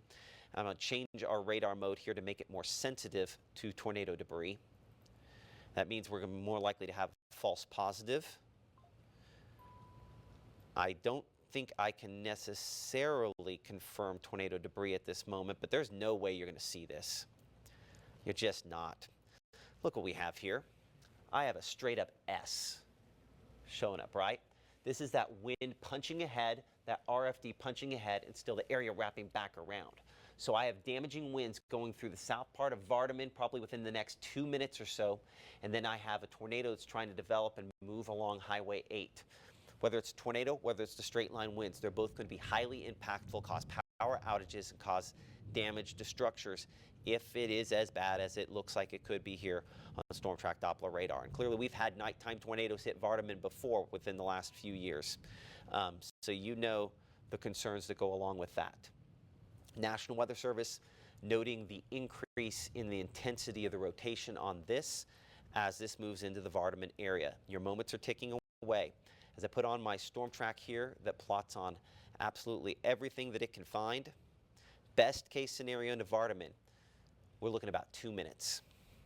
We've got to be in that tornado safe place. I'm going to do a slightly longer track. We show Vardaman Elementary School, 134, Friendship Missionary Baptist Church at 139, Pyland there, at 140, and Thorn Church at 142. Doppler radar indicated rotation.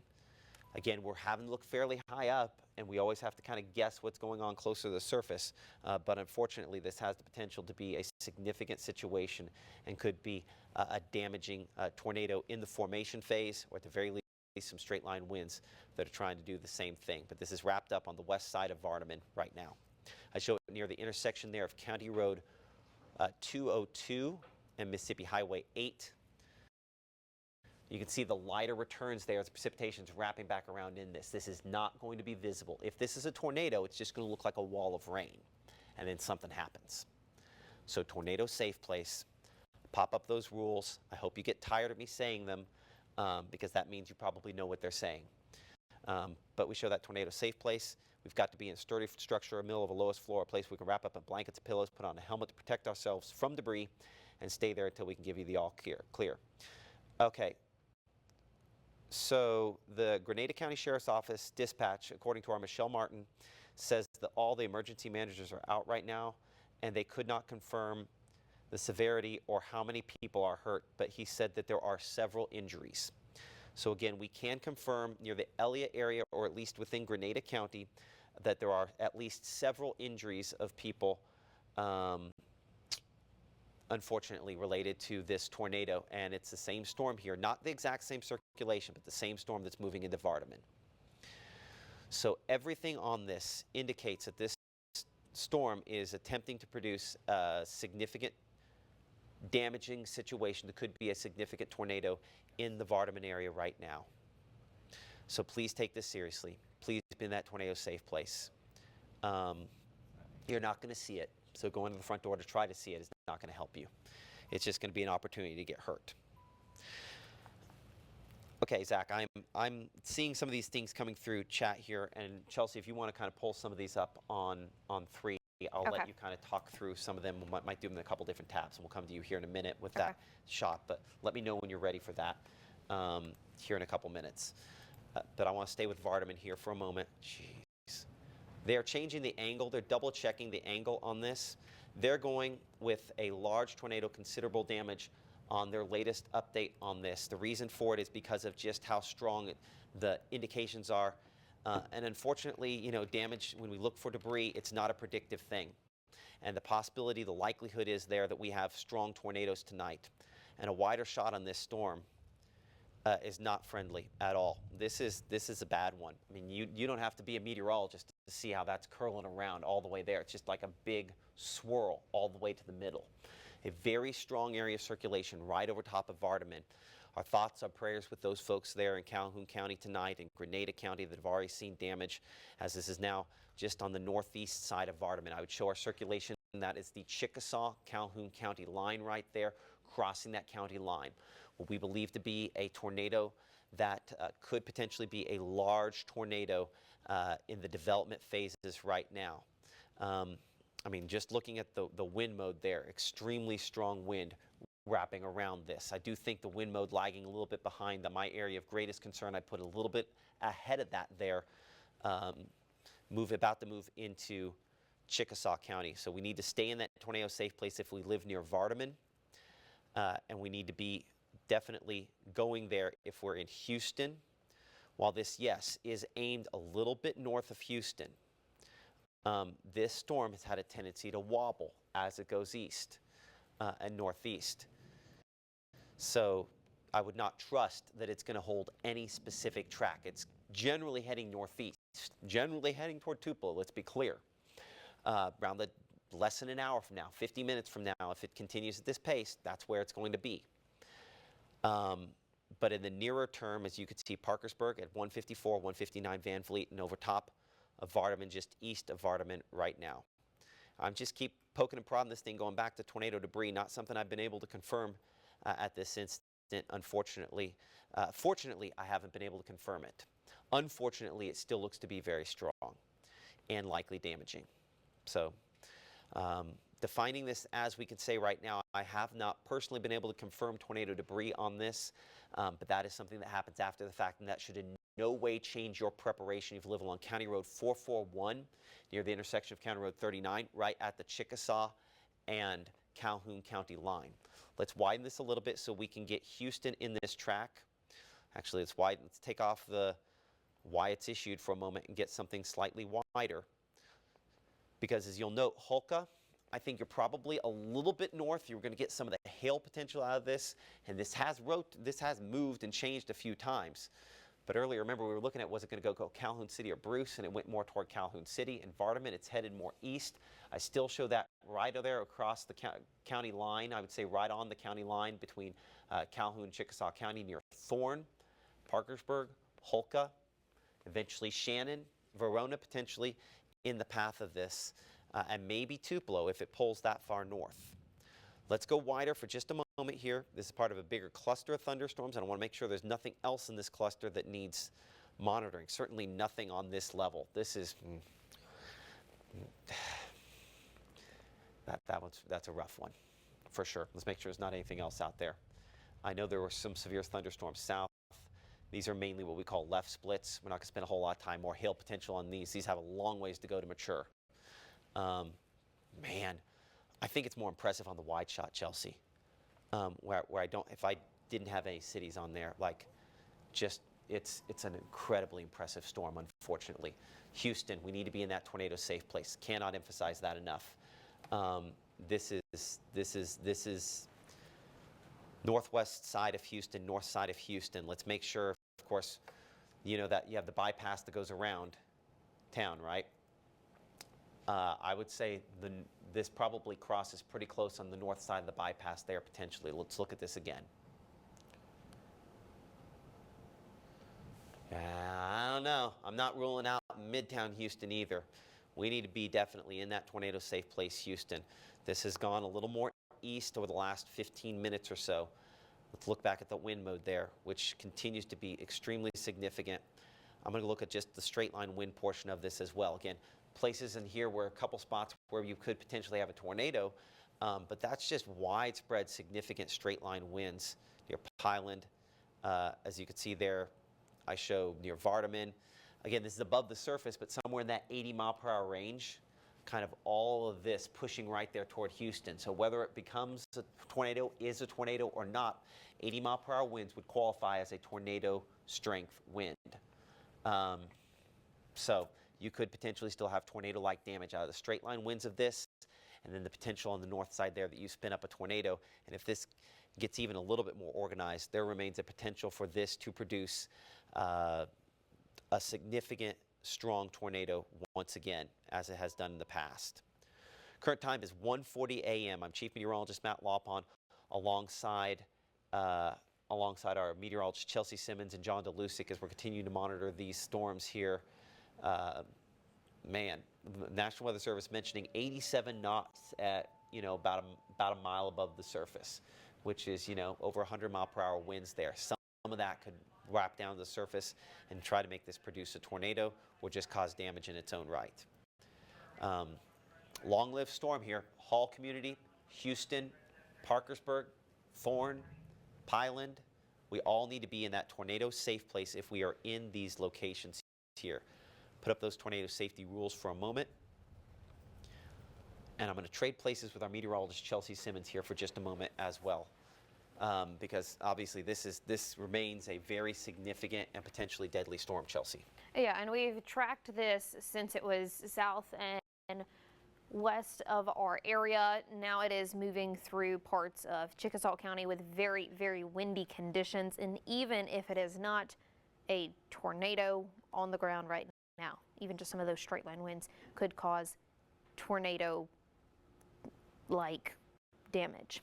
Now this is still tagged as a large tornado, considerable damage, and that area of kind of that push of the wind right along Highway 8 there in between Vardaman and Houston, and it's trying to wrap around like Matt was saying, and that's that rotation that we're still tracking. So you need to be in your safe place, and that is going to be a sturdy structure, small room, middle of your home, lowest floor, apartment building, wherever it is, you want to be on that lowest floor, and you want to wrap up in pillows, blankets, put a helmet on, and wait till you are given the all clear before coming out. And even if you get the all clear tonight, there are still more storms tomorrow. We have a long duration of these storms along next really 18 to 20 hours of these storms. So you need to make sure you are staying extra aware and have multiple ways to get those alerts. Now, some of those ways to get the alerts, that's going to be WTVA weather call.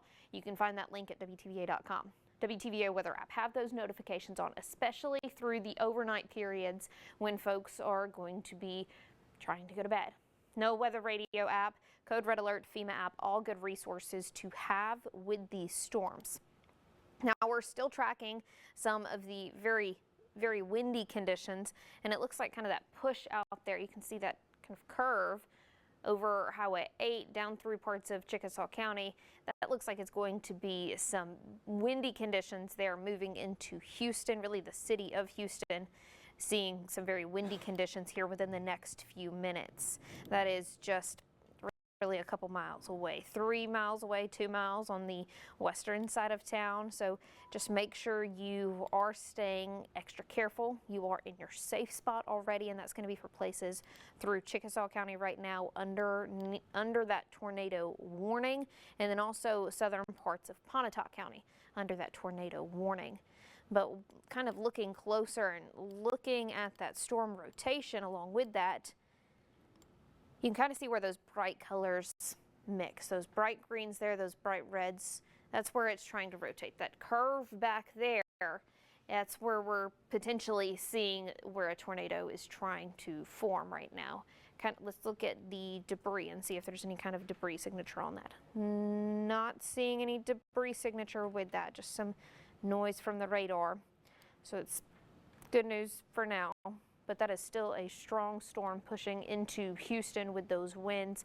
Could be seeing some 80-mile-per-hour winds closer towards the surface there. And that's going to be like right along Highway 8 going into Houston. It looks like that rotation slightly north of Highway 8. And it has tracked primarily east. So getting a track on that, let's take a look more at the position of that storm and how it's moved. I'm going to track that primarily east. So getting some times into Okolona. That's going to be at 12:13. Shannon, 12:20. Brewer, 12:24. Nettleton, 12:26. Bigby there, 12:33. Richmond at 12:26. And yes, Matt. And we are live on KZ 103 for those folks. If you happen to, for whatever reason, not have the ability to watch our live stream and power goes out, you can watch us, you can listen to us on KZ 103 now. Just got the message from them that we're live streaming there as well as this continues to move its way toward the Tupelo area. Okay. And I also want to get a track on some of those winds kind of along Highway 8. So let me clear this off and get more of a track, including Houston. This will still include Okolona, but also include Amory and that little bit of a longer track. Okolona 12:11, New Wren area 12:22, or not 12, sorry, 2:11 Okolona, 2:22 for the New Wren area, 2:26 Nettleton, 2:32 in Amory. That's going to be with those winds that are pushing out there along Highway 8 and going to be tracking through parts of Chickasaw County and then eventually into Monroe County as this storm moves across our area. And looking at that storm, let's take a bit more of a wider look if I can zoom out slightly. I'm trying to get some of those names off, city names off, so we can, it was there. It has more of that S shape that we were looking at. So that curvature, you can kind of see right there, that curve back and then around. Those winds right there along Highway 8 are pushing through Houston right now here in the next moment or two, if they're not already. It's kind of moving right onto the western side of town. That's going to be getting closer towards, you can see Aberdeen Road there, County Road 52 here soon, Airport Road. You're seeing very windy conditions probably already there. And then County Road 405, that's where we're seeing a bit more of that rotation. You can see that curve back and actually look like it's curved a bit more down as we were just looking at that. So we are looking at that area of rotation there along County Road 405 through parts of Chickasaw County. That's going to include north part of the city of Houston. Houston needing to be in your safe spot already. And Matt kind of drew arrows there on the map where it's curving around in both directions. That's where we're seeing that rotation with that storm just north of Highway 8 there. And it's going to continue to shift through the north part of Houston. If you are in Houston, needing to be in that safe location already. You can see that's moving right along Highway 15 there, just north of Houston. Some of those winds there, 64 miles per hour. So still very breezy conditions along with that, as we do have that rotating thunderstorm right now. Looking at debris mode, we're not looking at any of that confirmed with debris. Now, this same system, not really the same area of rotation, has caused damage. That's why we have that tag there as large tornado, considerable damage. We've seen damage from the same cell. So needing to make sure you are staying in your safe spot, you are staying weather alert, and you have multiple ways to get those alerts. Now, some unsafe places. We saw that video earlier from the Grenada County area of a lot of cars toppled around. Cars, trucks, manufactured homes, unsafe locations, large open rooms, upper floors, rooms with windows, all unsafe locations. You want to be in a small, windowless room wrapped up in pillows and blankets and a helmet if you have that. You want as much protection between you and the outside as possible. So clearing this out once again. Another look at that storm. We're still looking at that rotation that's going to be moving just north part of Houston right now. We can see where that rotates back around. You can see that push of wind moving through Houston. It's probably moving now on the east side of Houston, and then wrapping back around is where we're seeing that rotation pretty much right along Highway 15 right now. If you are there along County Road 164, right out ahead of those storms, you need to be in that safe spot right now. Now, if you are through places closer towards the east part of Chickasaw County, closer towards County Road 406, Okolona, and even parts of Monroe County, this is going to be on down the line from you. So go ahead and be steps away from that safe place. Go ahead and think about where you will be going here in the next 30 minutes to an hour as this storm continues to push across the area. Now we are still tracking that rotation right now.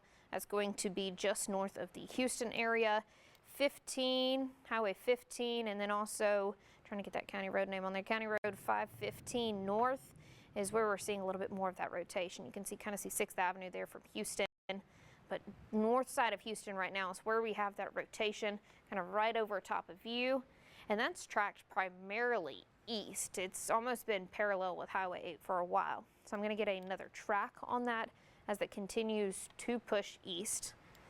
It's going to be getting closer towards Okolona here in the next few minutes at 212. New Ren 223, Ren 224, 226 into the Nettleton area, and I am going to clear that off and get a bit of a longer track through more locations through Monroe County. That's going to be getting closer towards Amory 233, Hatley 239, Smithville there 243, and then Splenge 252. Now this storm has went through many different phases as it has produced damage, it has strengthened, it has weakened. So this cell is going to continue to push across parts of Chickasaw County, maybe impacting a few spots northern Monroe County, southern Lee County. But Matt, yes. And let's go. I don't know if you can hear me. Check. I cannot hear you. I muted myself. I apologize for that. Let's come to this camera one shot here for a moment here. I want to show you some new video coming in from, I believe this is Ashton with the North Mississippi Storm Chasers and Spotters. I believe this is drone video actually of some of the search and rescue going on there in Grenada County. As you can see, folks out there looking through the rubble of what was some kind of a structure. I mean, I'd see some doors there showing up. This new video coming in right now. Again, North Mississippi Storm Chasers and Spotters, Ashton has his drone up, checking this out. Clearly a huge law enforcement presence. Looks like some kind of a, definitely machine moving some things, but a very active scene there. This is in the Elliot community of Grenada County right now, southern part of the county. Had a report from somebody, I believe Casey was her name, in Duck Hill, talking about how the power line's down near the Duck Hill area and closer to Elliot. I mean, those trees just completely knocked over there. That one stripped roof off of that building there. Just a mess, and clearly the way he's going in all directions there shows you that this is kind of the epicenter of something that was bad. So this is an example of strong tornado damage that Chelsea, when you're tracking this right now in Chickasaw County, this is why we're on top of this, because this looked rough at the time, but when you start looking at it now, it's a reminder that strong tornadoes, an absolute possibility tonight, unfortunately. Yes, and we are tracking that tornado warned storm through Chickasaw County right now.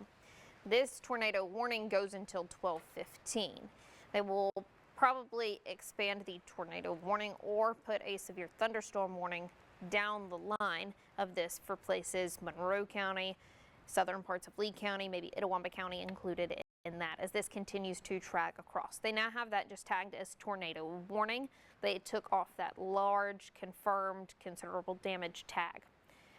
Yes. Also a report coming in just in the last couple minutes here from Sheriff Greg Paulin from there in Calhoun County, saying that trees down and power outages in and around the Vardaman area. So unfortunately, one of two things has happened. We've had a tornado there, or those very strong straight line winds that are impacting Houston caused some straight line wind damage. Okay. And I was looking at power outages earlier, and there is almost 7,000 folks across the state without power. So that is another reason why you need multiple ways to get those alerts. In case your power goes out, you can't charge your phone, you don't have any cable or way to watch us on your television.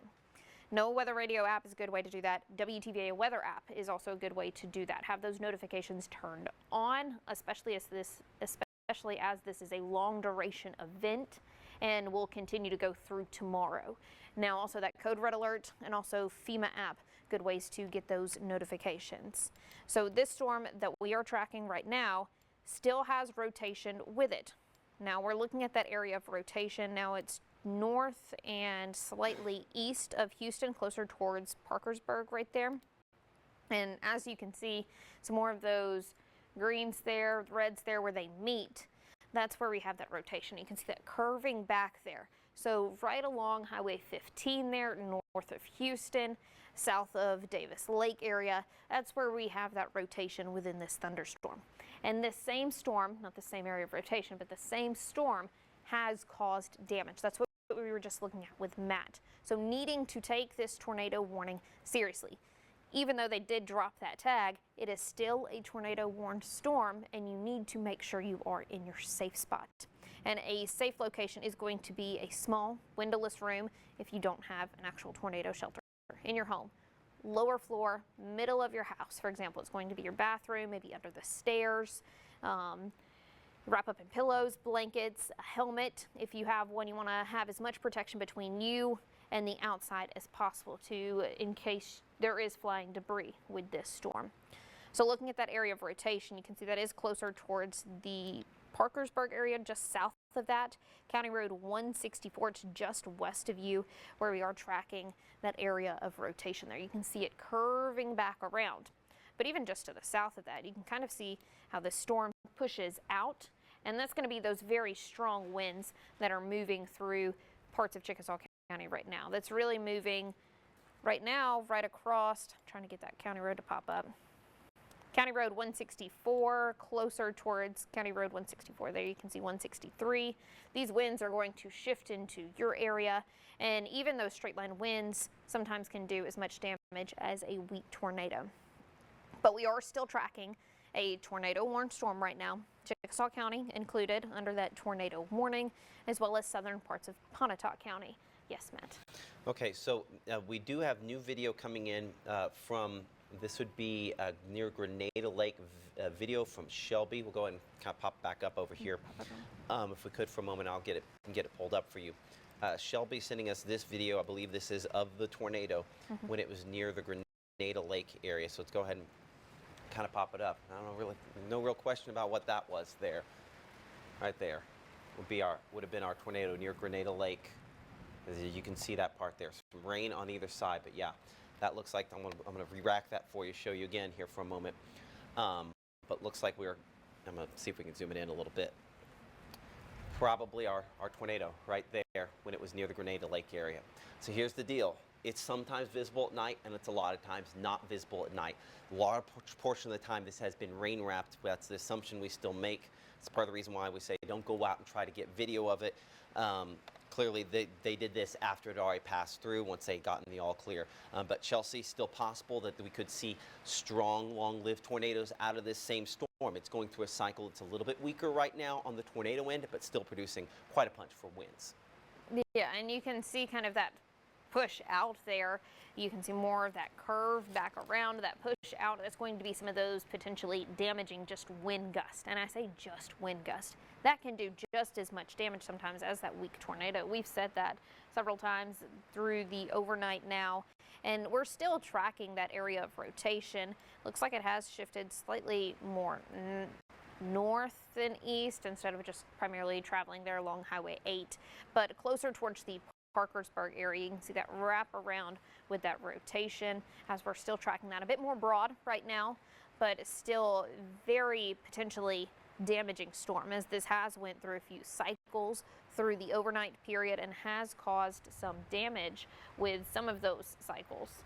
So if you are in places, Chickasaw County, closer towards the Okolona area, go ahead and needing to be in your safe spot. I'm going to get a track on that storm as it does move through the rest of Chickasaw County and into Monroe and Lee County. Okolona 1213. So in the next 15 minutes, it's going to be getting into your area. Pine Grove 213. I keep saying 12. I'm so sorry. 220 Pine Grove area. 227 Nettleton. 234 in the Big B area. So, and also I'm going to shift this further south if it does primarily track east and try to include Amory in that. 236 there in Amory. So here in the next 30-35 minutes, going to be getting into your location. So needing to make sure you are staying ahead of this storm, so you are not waiting until the last minute to get to your safe spot. Now, once again, safe spot is going to be a small windowless room wrapped up in pillows and blankets.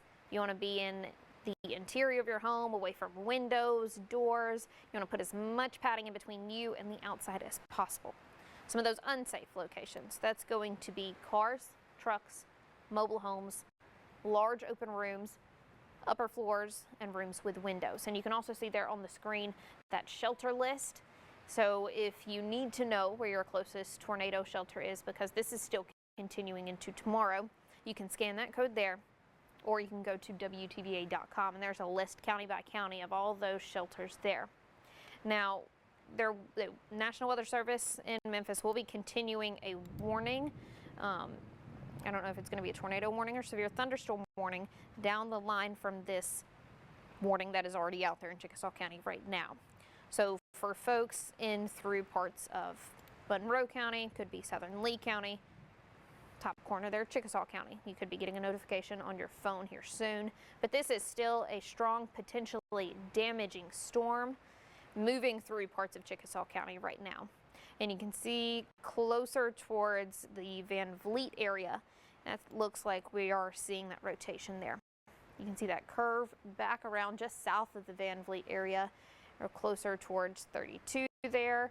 And that is going to be, I'm trying to get the name of that, County Road 164, closer to that area. Now, where you can see those greens just pushing out, that could be potentially damaging wind gusts along with that storm. And kind of tracking some of those damaging wind gusts, I'm going to look at that there. Moving through places Chickasaw County into Monroe County. It's going to be Okolona 213, New Wren 224, Wren area 225, with those winds that are continuing to shift east. Now I'm going to track that a little bit longer, as those winds should still hold together. Bigby there 233, Wren still 227 for some of those damaging wind gusts potentially. And we have tracked damage along with this storm since earlier through the overnight period. This has went through a few different cycles of strengthening and weakening, strengthening once again. So needing to take this storm seriously, even though we do not have right now a confirmed tornado on the ground. It is going through different cycles. So we will continue to see this strengthen and weaken more through the overnight period. And we're seeing, you can see that kind of funky S-shape look and that curve back around. So we are still tracking rotation with this right now. Radar detected rotation, and looking a bit closer to where that rotation is. I'm gonna get my thing right. Closer to where that rotation is, Van Vliet area. We're seeing that curve back around there. You can see Highway 32 closer just west of the Okolona area. Now, Okolona is not under that tornado warning. It is just outside. You can kind of see that blinking box there, but it is just outside that box. Go ahead and be in your safe spot there. Go ahead and be in your safe spot closer towards, if you're there along 41, 245 from Okolona up towards Shannon. You want to make sure you are staying extra careful with these storms, especially since it is through the overnight period. Visibility is low for a lot of those spotters that are out there. That's one way that we kind of get a better view on some of those storms is our spotters. I'm going to trade out with our chief meteorologist, Matt Lobhan, and he's going to talk a little bit about more. Appreciate that, Chelsea. Doing an excellent job tracking these storms tonight. It's going to continue to be a team effort from everyone you see here on WTVA, just because of the significant length of time. Can't say that enough. We don't usually just have the same duration of tornado warnings, severe thunderstorm warnings, what we have now, but this one could potentially be trying to produce a tornado very soon.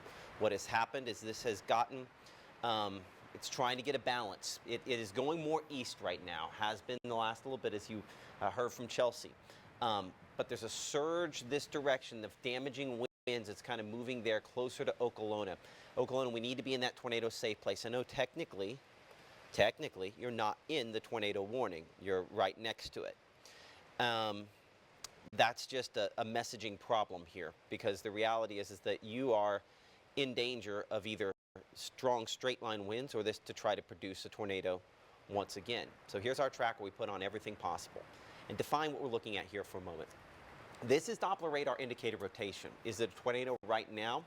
On radar, that's not something I can confirm. But what this green is this has been consistently 60, 70, in some cases maybe 80 mile per hour winds that's been causing some issues here just south of Highway 8 when it was back there toward Houston, and now here very near Highway 32 going into Okolona right there. So I cannot confirm a tornado spotted or debris at this moment, but we are tracking an area where you can see that little spinny thing right there, that orange thing, that could potentially be developing into one right now. I do want to bring in our meteorologist Chelsea Simmons here for a second. Let's go Cam 6 for a second here so we can talk about what she wants to say. So go for it. Just real quick, we are now also streaming on 95.1 and then also KZ 103. So Okay. if you lose connection with us here somehow, we're also streaming there. Absolutely. It's an important thing to keep that in mind. Thank you, Chelsea, because internet does what internet does, and sometimes it collapses when we have a weather event. So we're streaming on both of those. If you can get KZ 103.9 or 95.1 The Farm, we are live there. You can hear my voice at those spots, and I'll try to do a better job of verbalizing what I'm looking at here. And so in particular, I'm concentrating on an area of circulation just south of Mississippi Highway 32, no more than about 5 miles west of Okolona, a developing area of circulation. I cannot at this instant officially confirm tornado debris, but in saying that, I got something showing up there, Chelsea. And I don't know if that's hail. I don't know what that is exactly. Let me look. They're south of that, because that's, I mean, a very dark return as well. So whether this is some hail kind of wrapping around here, this is going to be something damaging trying to move through the southern part of Okolona. Go ahead. Hail? We agree it's hail? Okay. So probably some wind-driven hail. Yuck. That's bad in its own right. Luckily, Chickasaw County Emergency Manager Linda Griffin reporting no damage at this instant, but we're still obviously very early with this. But giving you some new pictures of damage that we have had from the North Mississippi Storm Chasers and Spotters near the Vardaman area. Some reports of damage, tree damage there over Highway 8 as it moved through the Vardaman area. Was that wind damage? Was that tornado damage? We had a tornado circulation overhead. We'll figure that out tomorrow on what it is, but obviously that impeding traffic there, and appreciate those good folks for going out and, you know, monitoring things. Colby sending us those shots there near Highway 8 and Richard Street in the Vardaman area. In Okolona, what I'm concerned with at this moment is the developing of what could be an inflow channel. And what that is you see this little green going in there. In order for you to get a tornado, you have to have a way, the atmosphere finds a way to get clean, warm air in, while at the same time wrapping back around the precipitation on what we call the rear flank downdraft. That's what we have here in the back. You typically need a green, you know what, maybe not perfectly green, but you need a channel to get that air in that could allow it to produce the tornado. And so I see the development of an inflow channel there, and the way it's kind of wrapping back around. We're bending more there. I do think Okolona, while you're not officially under a tornado warning at this instant, the potential that this produces wind damage from a tornado or wind damage from just the straight line winds moving in is definitely increasing. We're less than probably 10 minutes away, obviously, probably only about 5 minutes away from this causing some issues there in and around the Okolona area. So we need to make sure we are in that safest location. As we show those tornado safety rules for the 10 bazillionth time, hopefully there's something you have memorized by now. Find a sturdy structure in the middle of the lowest floor, a small windowless room where you can wrap up in blankets and pillows, put on a helmet to protect yourself from debris, and stay there until we can give you the all clear. We go slightly wider than this for just a moment. Pull down those tornado safety rules. Notice a lot of people on Facebook Live still asking about, what about Tupelo? Because we had previously tracked this that far north. I would say, looking at the last 20 minutes in particular, this has gone more east. So I would say up here in Tupelo, I'm not as concerned with the rotation for you, neither necessarily for Verona.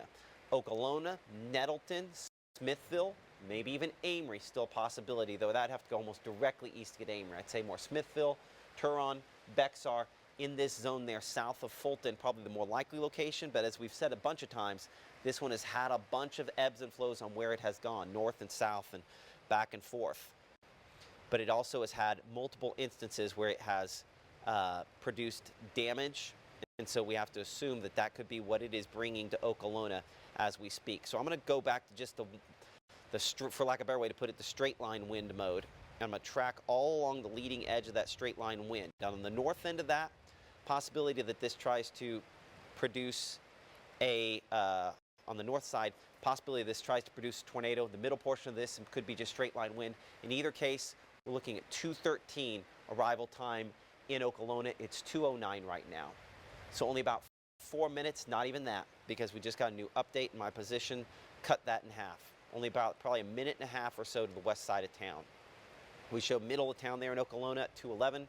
Current time's 209 and a half. So it's going to be there before we know it. So unfortunately, this is a storm trying to produce a tornado, is producing strong straight line winds, and definitely a very, very heavy precipitation in the form likely of some hail, maybe hail that's in excess of an inch to nearly inch and a quarter in size. It's definitely a very, very strong thunderstorm moving into Okolona at this instant here. Current time I mentioned a moment ago, now we're at 2:10. I'm Chief Meteorologist Matt Walpon alongside our meteorologist Chelsea Simmons and John DeLusick, monitoring your reports coming in via Facebook as well as email. Email probably the most efficient way to send in your pictures. Unfortunately, we continue to get more and more reports in from Grenada County near the Elliot community of trees knocked down and other issues going on there as well. That looks like some severe structural damage to something there. Unfortunately, looks like a house, potentially. I don't know, there's Coca-Cola signs, so it might have been some kind of gas station. Either way, some kind of fairly significant structural damage from that storm when it moved through Grenada County. And so with that in mind, that's why we are tracking this with that same tone of voice as it moves here into Chickasaw and now Monroe County. And the National Weather Service will be extending a tornado warning into the northern portion of Monroe County because of the history of damage with this storm, the rotation that it's producing, and the abundance of caution necessary when the atmosphere is as volatile as it is tonight. So you can see there some times ahead of this for spots that we are tracking. Okolona, it's over you. Nettleton, we're looking at 225 for you. Bigby by about 232, Carolina 237, Smithville 243, Flynn 240, Cardsville 245, New Salem 248, Tilden 250, Academy 257, and Tremont 3 a.m. A reminder just how late it is tonight. And unfortunately, this would be what we call a high precipitation supercell. And by the way, this does include parts of Lee County as well, hence the reason, again, I'm getting another weather call here at the TV station to let me know what's coming in, and a lot of those other weather calls are going out at this time as well. To address that, we will probably start hearing some sirens in the background here at the television station. The reason for that, Lee County runs sirens for the entire county when a tornado warning is issued for even a small portion of it. It's a safety thing, so there's going to be a lot of people waking up, so we're going to have to come back to this a couple of times. For those folks that are waking up, this is for the southern portion of Lee County. This does not include Tupelo, Saltillo, or Guntown. This is for locations in South Lee County. When I look at the wind mode here, this is just a very broad area of rotation, but I have that same channel of inflow we were talking about extending fairly well in. It just can't quite get back around and wrap around on this high precipitation rotating supercell thunderstorm. But as it's moving into Okolona, likely wind-driven hail moving into Okolona as well as we speak, and that likely causing damage in its own right. We have not had the same wind returns on this recently. We're also at a slightly different angle where we're not going to be able to sample this as perfectly. So this is a wind and tornado threat moving through here, Okolona. I would say Wren and Amory. I did not have you, Amory, in the track of this last time. Let's get you in the track. And I know what that feels like. And I know that we are still obviously very sensitive in this portion of Monroe County, as we should be. This, at this moment, is more straight line wind, but this storm has had a history of producing tornadoes, and potentially at least one strong tornado when it's back in Grenada County, and then sporadic wind damage through sections of Calhoun County. And so with that history of damage, out of abundance of caution, if you're in one of these spots where you are in this tornado warning, you need to be getting to that tornado safe place, a sturdy structure, a small windowless room where you can wrap up in blankets and pillows, put on a helmet to protect yourselves from debris, and stay there till we can give you the all clear. Now, as we have more people likely coming online with those tornado sirens going off, let's address this again. I'm going to probably address this at least one more time in the next couple minutes here. If we have some folks waking up here in Tupelo or Saltillo or Baldwin or Guntown, the tornado threat, if this were to produce a tornado, is down here closer to Okolona, probably south of Shannon proper, more toward Nettleton. That is the zone where this is more likely, perhaps Amory or Smithville. If this were to pull far enough north, maybe Fulton. But Tupelo, Saltillo, Baldwin, Guntown, if you're hearing those tornado sirens, you can hear them in my microphone there. I am not concerned about a tornado risk from this storm. Now, there are other thunderstorms out there. We'll have to watch this one back in Pontotoc County. But the thing is that this has been our long-lived, very well advertised in all our projections, storm that we expected to see, that has formed, that has held together and is producing that potential for tornadoes. So if you're up here in Tupelo, it's going to be really hard to go back to sleep with those sirens going on. But those people are doing what they're supposed to do by running those. So just a heads up that the main risk is down south, over top of Okolona. As we look toward the debris mode here, I'm just going to kind of try to poke and prod this a little bit more near Okolona. As we're looking at the wind, so you can see the wind wrapping all the way back in here. There's a number of spots there along this kind of big arcing area of wind. This is our rear flank downdraft winds coming out of the thunderstorm there. Right there's an interaction point. Let's see if that's our scan all the way up to date. If that's not a tornado, that will be a tornado. Between 245 and 45 north of Okolona, south of Pine Grove, right there. Otis Road there. Carmigo Drive, or Carmigo, either way, drive there. Doesn't matter. Nettleton, right there. It does matter what that is, and I apologize I didn't pronounce it correct. But Nettleton, Pine Grove, Shannon. Let's take a look. Let's see our angle. I don't know. That might be going there for some similar spots there between Shannon and Nettleton once again at this angle. I wouldn't trust the angle this is coming up with. I do expect that to shift. Our area of circulation here developing, and if it's not a tornado, could become one. Look at debris, look at everything else there. That's our spot, kind of the leading edge where this is trying to produce something. So let's go ahead and track that forward using our track that puts on basically everything that we can come up with there. We'll get that Pine Grove community there near the Lee-Monroe County line. We show Poplar Springs Methodist Church at 2:18. Current time is 2:16. Not very long, right? Pine Grove there. Again, this is Pine Grove, South Lee County, North Monroe County, 2:20.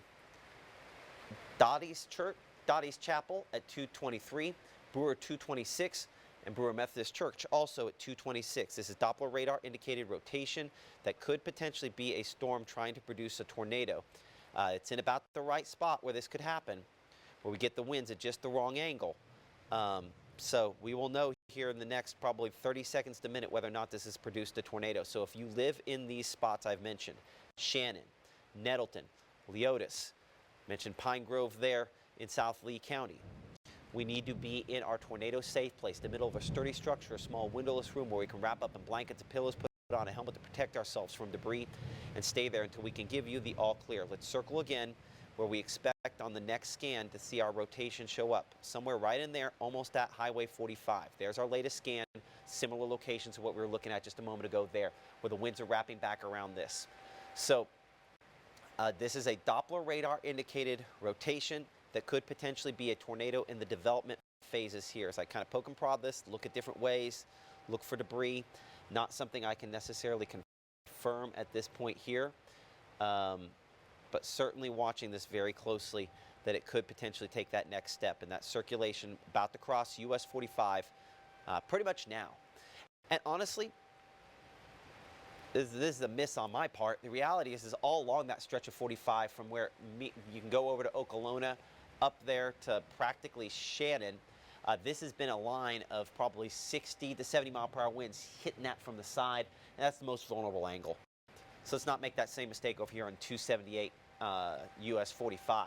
This is going to be coming through there within the next few minutes, and so whether this produces a tornado or not, this is a damaging section of this line. So I'm going to track that whole section at about 45 miles per hour.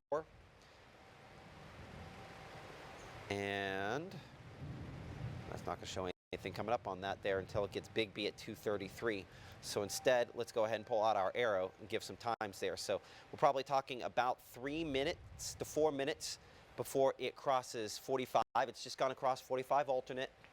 And about 4 minutes before it crosses 45. And it's important because it's going to hit this at an angle that high-profile vehicles such as semi-trucks, if it hits it from the side, that's how those sometimes get knocked off the road, because it's just hitting their broadside. They're designed to go down the road straight, at 70 miles per hour. They're not designed to take 70 on the side. And that's what this is, unfortunately. We do have some storm chasers that are down in position to get more information on this. Still looking at some of their reports coming in. Luckily, no confirmation at this instant, but any confirmation, as we say over and over again, happens after the fact and is not predictive in nature. Go ahead, let's bring in our meteorologist, Chelsea Simmons. Let's go to Cam 1 for her to talk to her for a moment. Chelsea? Okay, so we have more damage reports from Grenada County. I can pull that up on 3 if you want me to. Let me get to those. But yes, I have them up on 3, Matt. Okay. I don't know how to pull them up. I'll pull them up over here. So Okay. Go for it. You talk over it. So what we Okay. got here? You make that. Go ahead and hit the full screen button on that. I don't think it's going to let me over here. Let me zoom in. So these are from Grenada County. Let me get back So over that here. looks like a definitely more Willette shot. It says from Grenada City Councilman Michael Smith in City of Grenada in the area of Skating Ring Circle. So overturned cars, always a And then sign of a there's- very strong circulation, unfortunately. So our thoughts and prayers with those folks there in the Elliot community of Grenada County. That's definitely a scary situation. We have a little bit of a cell merger coming around here. I point that out because sometimes these can be a bad thing. See, as you notice how you have these individual kind of ripples kind of coming in here, you can see them just like hitting it over and over again.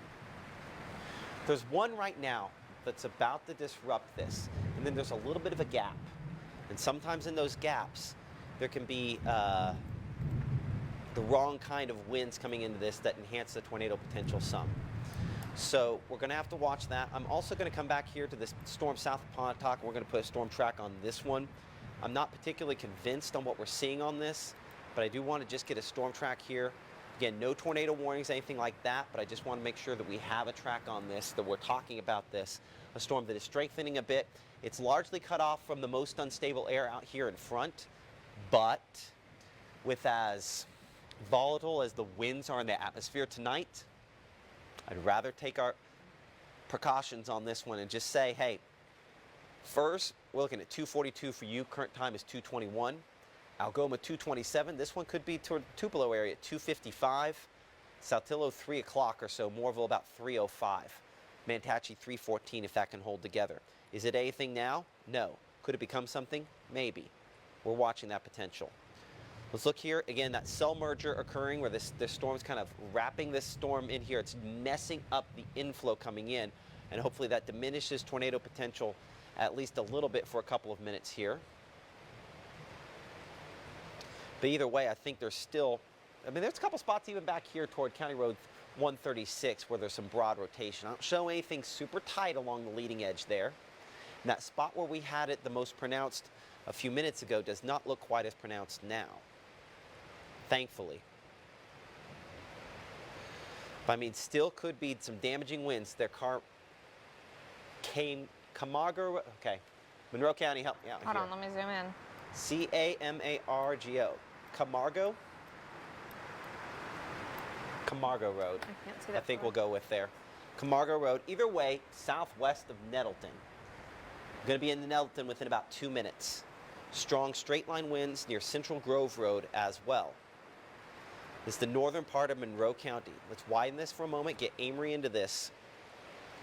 I know you don't want to be in this, but let's get you showing up on here. And I do think that the worst of that wind probably stays a little north of you as well.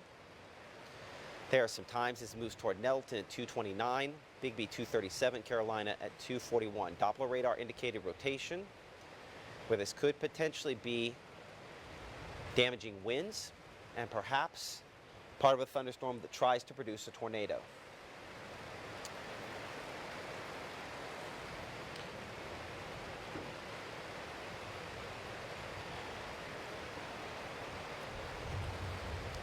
Current time is 2:23 a.m. Chelsea, I'm going to trade places with you for a moment so I can get a little bit of water, but near Nettleton, as this is coming in, strong straight line winds. I still do see an inflow channel there, so I don't think the tornado threat is off the table. That's why that tornado warning is in effect. Yeah, and that tornado warning is in effect until 3 o'clock. So we have another 35 minutes or so with this warning ongoing. Now this warning is continuing to push closer towards the Monroe-Lee County line, kind of closer towards the Nettleton area is where we are still tracking that area of rotation, where we've been tracking that area of rotation, but also that kind of leading edge of those storms is pushing out. You can see 278 there, south of Nettleton, 45 closer towards Wren, and then 41 278 as it goes into Amory. But that's where we have some of those strong, potentially damaging wind gusts pushing through right now. But looking right now at that rotation, I mean, we can still see a bit more of that broad area. You can see it curve back around south of Shannon, but moving closer towards the Nettleton area here in the next few minutes. You can see there 278 closer towards 45. They're traveling along the highway as that pushes across and into Nettleton. I'm going to get a track on these storms as they do move through those counties and then eventually into Itawamba County. So that area of rotation moving through Monroe, Lee, Itawamba County here in the next few minutes. Carolina community there at 238, Cardsville 246, Tilden area 251, Academy 258, Fremont 3 o'clock. So that's on that far edge of that tornado warned storm. And then I'm going to take a track of the leading edge of some potentially damaging wind gusts. And that's going to be the wind gust.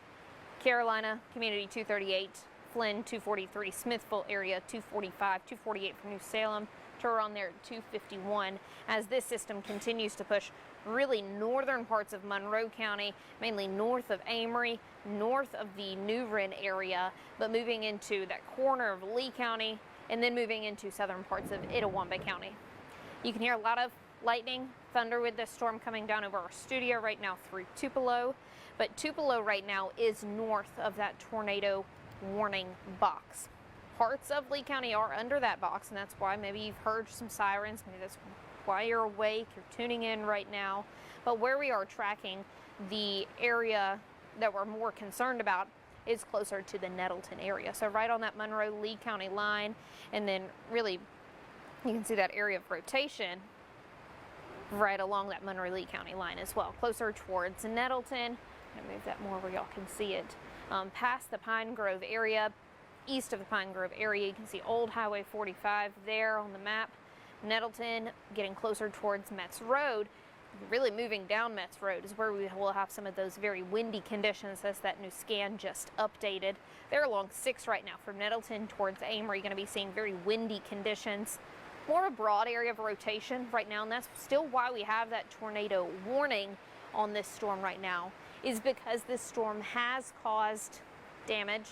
We have had confirmed tornadoes with this same cell that we are tracking.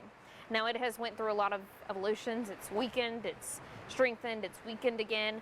Right now we have that broad area of rotation, but another track on kind of that leading edge of those storms that's going to push into parts of Monroe and then Itawamba County with some very windy conditions that potentially could cause some damage. Now that's going to include Carolina 238, Smithville area 244, New Salem area 248, 250 there at Turon, and I want to kind of get a little bit of a longer track to include some more places down through Itawamba County. Let me include Academy there at 258, Bexar over towards Alabama at 307. That's just past and outside of that tornado warned storm. But with this storm, even though there is not a tornado on the ground at the moment, still go ahead and be in your safe spot if you are in this tornado warned box. Now that area of rotation that we're still tracking is fairly broad, but you want to be in a small windowless room wrapped up in pillows and blankets, a helmet if you have that, a sturdy structure. Now some of those unsafe places, that is going to be cars, trucks, mobile homes. We've seen some of those damaged pictures and videos come in from some of our western counties of a lot of cars toppled over, some structural damage. So that's why you need to be in the safest location that is possible for you. Large open rooms are not safe. Upper floors, rooms with windows, also not safe locations. Now these storms continuing to push through overnight tonight, but we also have more storms tomorrow that you'll need to be aware of. That list of storm shelters right there, and then also on our website. Yes, Matt. Hold on. I still can't hear you.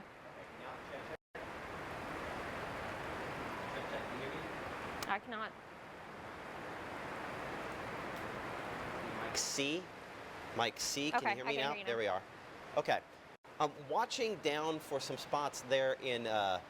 We've had a few severe thunderstorm warnings down here in the southeast corner of the area, down for Louisville. Sorry, it's over this shoulder here for me. Apologize for that. Down around Louisville and Macon and toward the Columbus area. These storms starting to show just a little bit more rotation here closer to Crawford. I think we're still at the point here where we're before where this could actually produce a tornado. But you know, just giving you kind of an idea on how long this could take. If this is still going, I need to double check the speed here for a moment before we come back up to Monroe County again, and actually probably go to Pontotoc County as well. So this storm is, I'd say, getting a little more organized. See how it's kind of flat there? And now it's curving back around a little bit more. The shear, as it deepens, starting to take more a hold of it.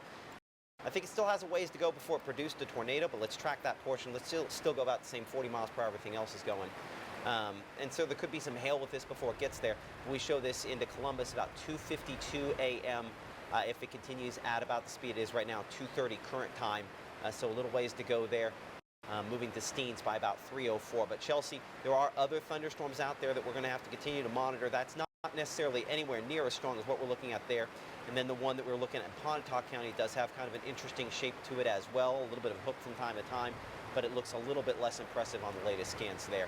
It definitely, that Monroe County, Southern Lee, and Itawamba County storm is our strongest.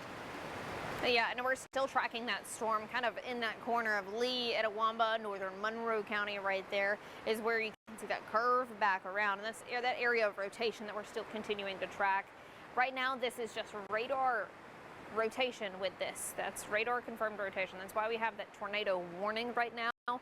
If you've been watching for the past several hours, you've seen some tags earlier that says large, confirmed, considerable damage. Right now it just has that tornado warning tag up there. It extends until 3 o'clock. So over the next 30 minutes, this can continue to push through parts of that corner of Lee, mostly southern Itawamba County, northern Monroe County, also included in that.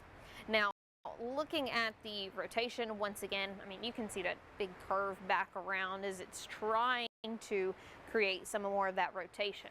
I do want to track kind of that leading edge of the very windy conditions that will push into Carolina, Smithville, New Salem there, but tracking that area of wind as it moves through Monroe, Itawamba County. Sometimes on that, that's going to be Carolina, 239, 241 Flynn, Smithville, 244.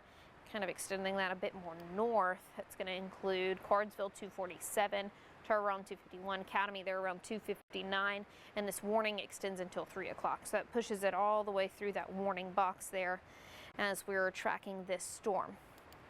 And now you want to make sure you are still in a safe location, a small windowless room wrapped up in pillows and blankets, a helmet if you do have that.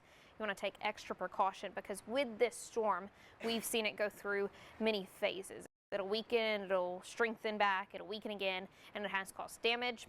We have had confirmed tornadoes out of this same cell. So you want to take as much precaution as possible if you are out ahead of this storm.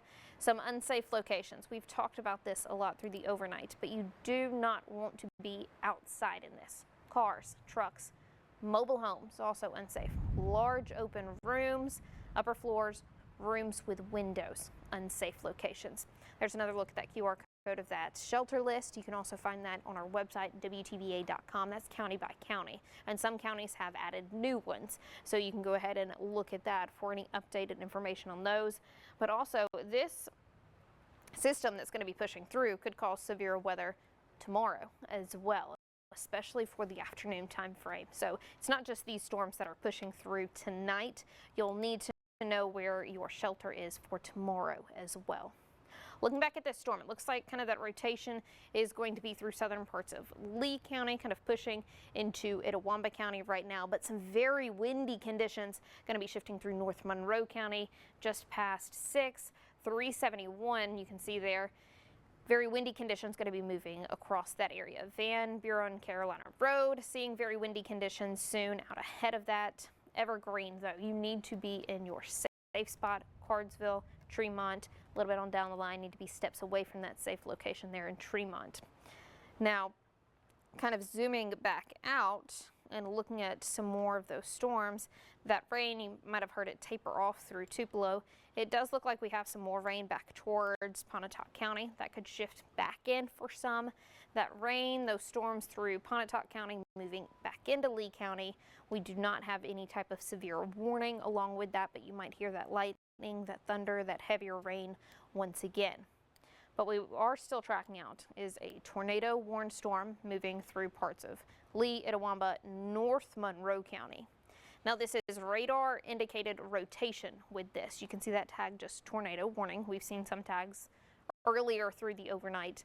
Large tornado, considerable damage. We don't have that tag right now.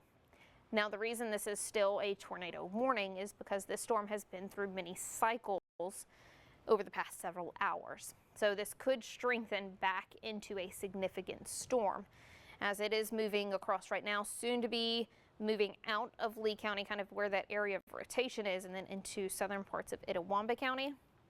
But you can see more of that rotation. It has broadened out, so it is not as tight of that rotation as we have seen with this same cell a few hours ago when it was causing some damage back towards Grenada County. Now we're looking at still very windy conditions, really right along 371 right now. Carolina community, very windy conditions, soon to be hitting you soon, potentially damaging wind gusts. And sometimes those potentially damaging wind gusts can do just as much damage as a weak tornado. So needing to take all of these storms over the next 18 hours or so, very serious. If you do fall under a tornado warning, you need to make sure you are staying in your safe spot. Now I want to take another track at that kind of that leading edge of storms as that continues to track across Monroe County and then also Itawamba County. New Salem, Smithville included in these. I'm also going to try to include Bexar in that. Flynn area 242, closer towards Smithville there 246, New Salem 250, 252 Turon, Bexar there around 309 as that shifts out towards Alabama. Now some of these breezy conditions, it looks like it is mainly north of Amory. Amory should just be getting even maybe a little bit of that rainfall, but you may be hearing a lot of thunder, lightning with that. But that storm primarily north of Amory, shifting into southern parts of Itawamba County right now. And that's going to continue to move closer towards 25 there, Highway 23, southern parts of Itawamba County. Right now moving right along 371 as that broad area of rotation that we are tracking. Yes, Matt. Chelsea, yes. That looks a lot more rough. I looked down, looked back up a second, and that's fierce.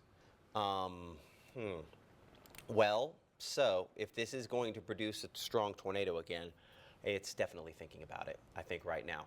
When you get such a clean, we talked a little bit ago, about how we had kind of a cell merger going on back when it was, God, I'll get this side figured out.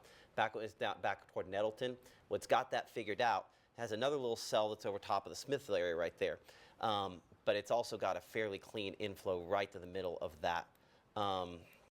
Man, it's possible that this tries to produce a tornado in the next couple of minutes here. Once again, the low level winds, on this, I'm not as convinced on that, but clearly on the precipitation mode, there's an area wrapping in here where this is really strengthening. So, I mean, I would be looking at 371 near Carolina between that and Evergreen and tracking that very similar to where that Shannon tornado that went through Itawamba County then went a couple weeks ago. I guess that'd been last month. Cardsville, 247 for you. Beans Ferry, 251.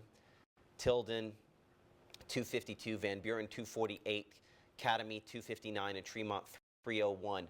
An area of circulation strongly increasing. Certainly the radar presentation, Chelsea, it looks pretty rough. Yeah, and that's really right along 371 right there between Evergreen and the Carolina area. New Chapel Road, that area of rotation kind of right on top of you right now. And that's going to be moving closer towards the Van Buren Road, Van Buren Carolina Road here in the next few minutes. Sometimes Cardsville 246, Beans Ferry 249, Tilden 251, 3 o'clock there at Tremont, and that's on the far edge of that tornado warned storm.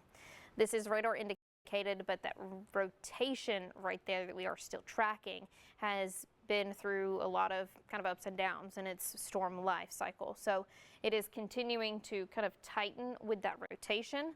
So anybody that is ahead of this storm right now through parts of Itawamba County needing to be in your safe spot. And that is going to be a sturdy structure, windowless room wrapped up in pillows and blankets, helmet if you have that, but also some of those unsafe locations, cars, trucks, manufactured homes, large open rooms, upper floors, rooms with any windows. So if you do live in maybe an apartment building with a couple floors, you want to be on the lowest level of that structure.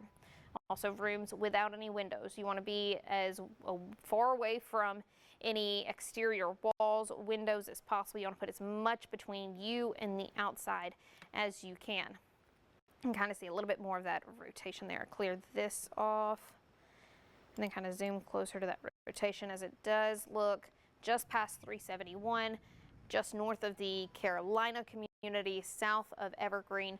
You can see that rotation starting to move back in right there.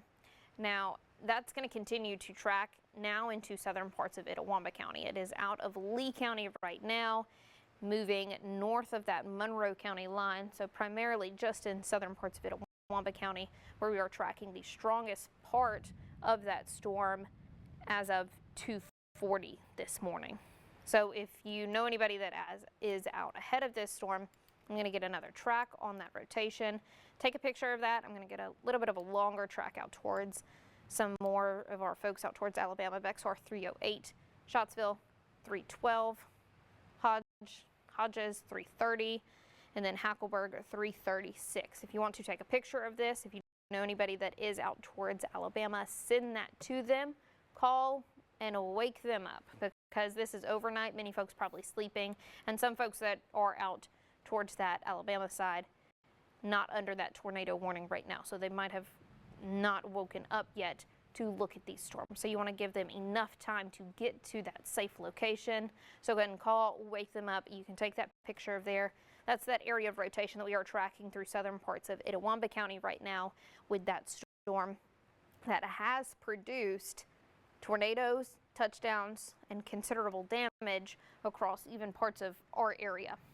Now, that's going to be moving closer to, let me clear this off.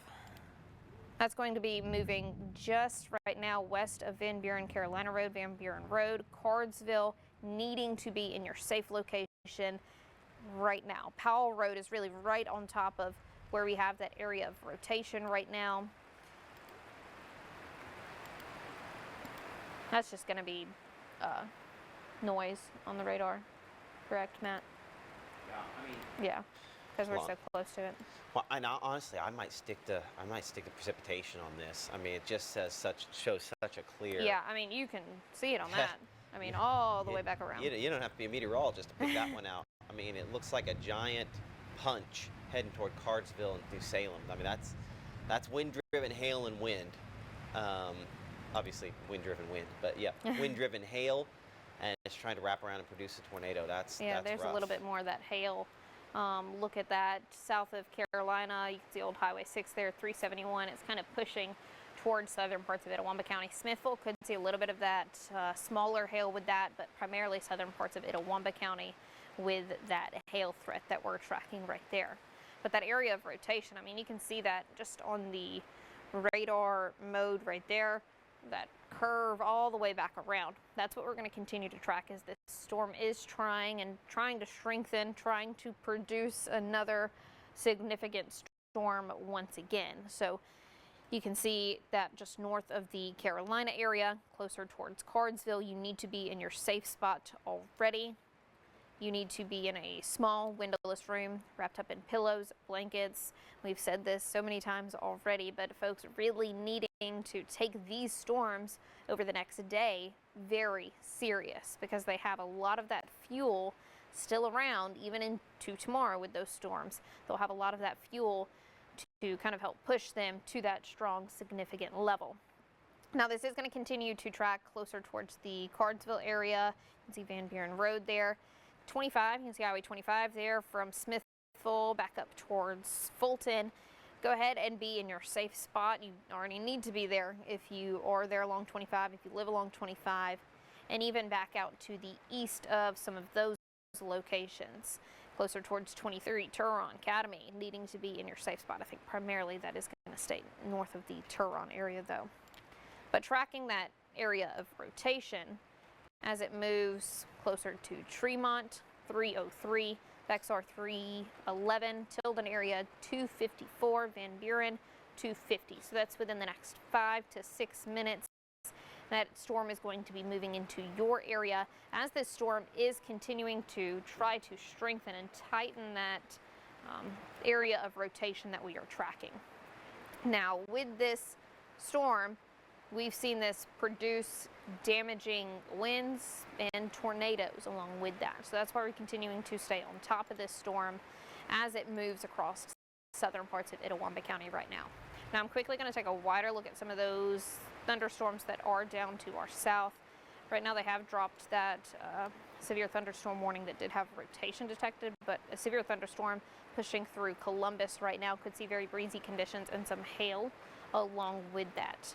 But the more significant storm right now, that tornado warned storm at 2:45 for your morning, is moving through southern parts of Itawamba County, primarily, mainly north of the Monroe County line. Some strong rainfall moving through Nettleton right now, through Smithville. Could see some hail along with that on the south side of that storm. But overall, it's that area of rotation. You can see that even just on that precipitation mode. Cardsville back through just north of the Carolina area, that curve back around, that's what we're tracking.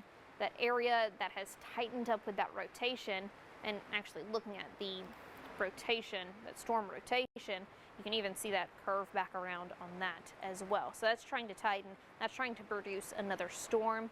So needing to be in that safe spot. Now I'm going to give another track right in front of that Cardsville, Academy, Tremont. I'm going to try to get that in there.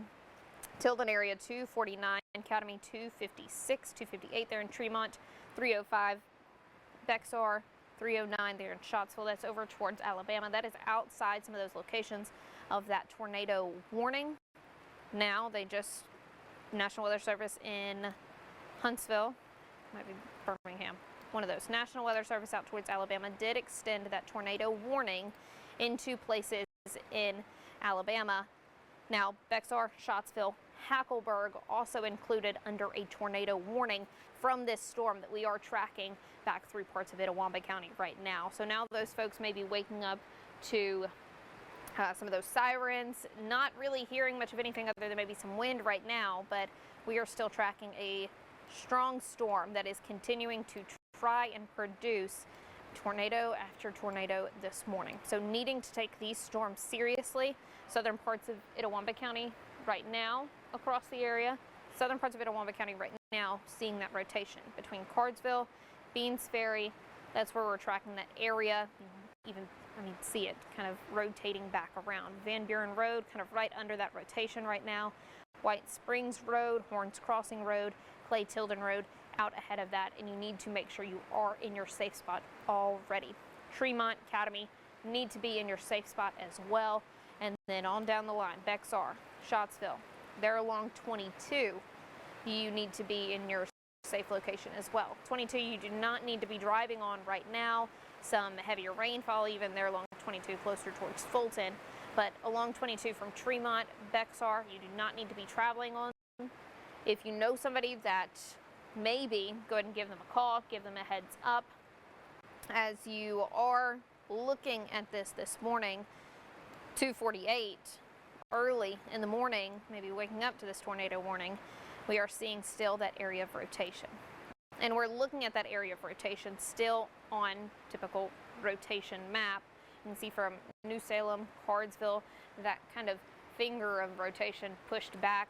Van Buren Road, White Springs Road, that's where we're continuing to track that. And that's going to move primarily east, northeast with that slight direction there. You have that rain picking up through Tupelo right now. I'm kind of going to zoom out. Right now, just that rainfall back through Tupelo. So you may wake up to that, but we're not tracking any severe warnings with that rainfall that's pushing through Tupelo area right now.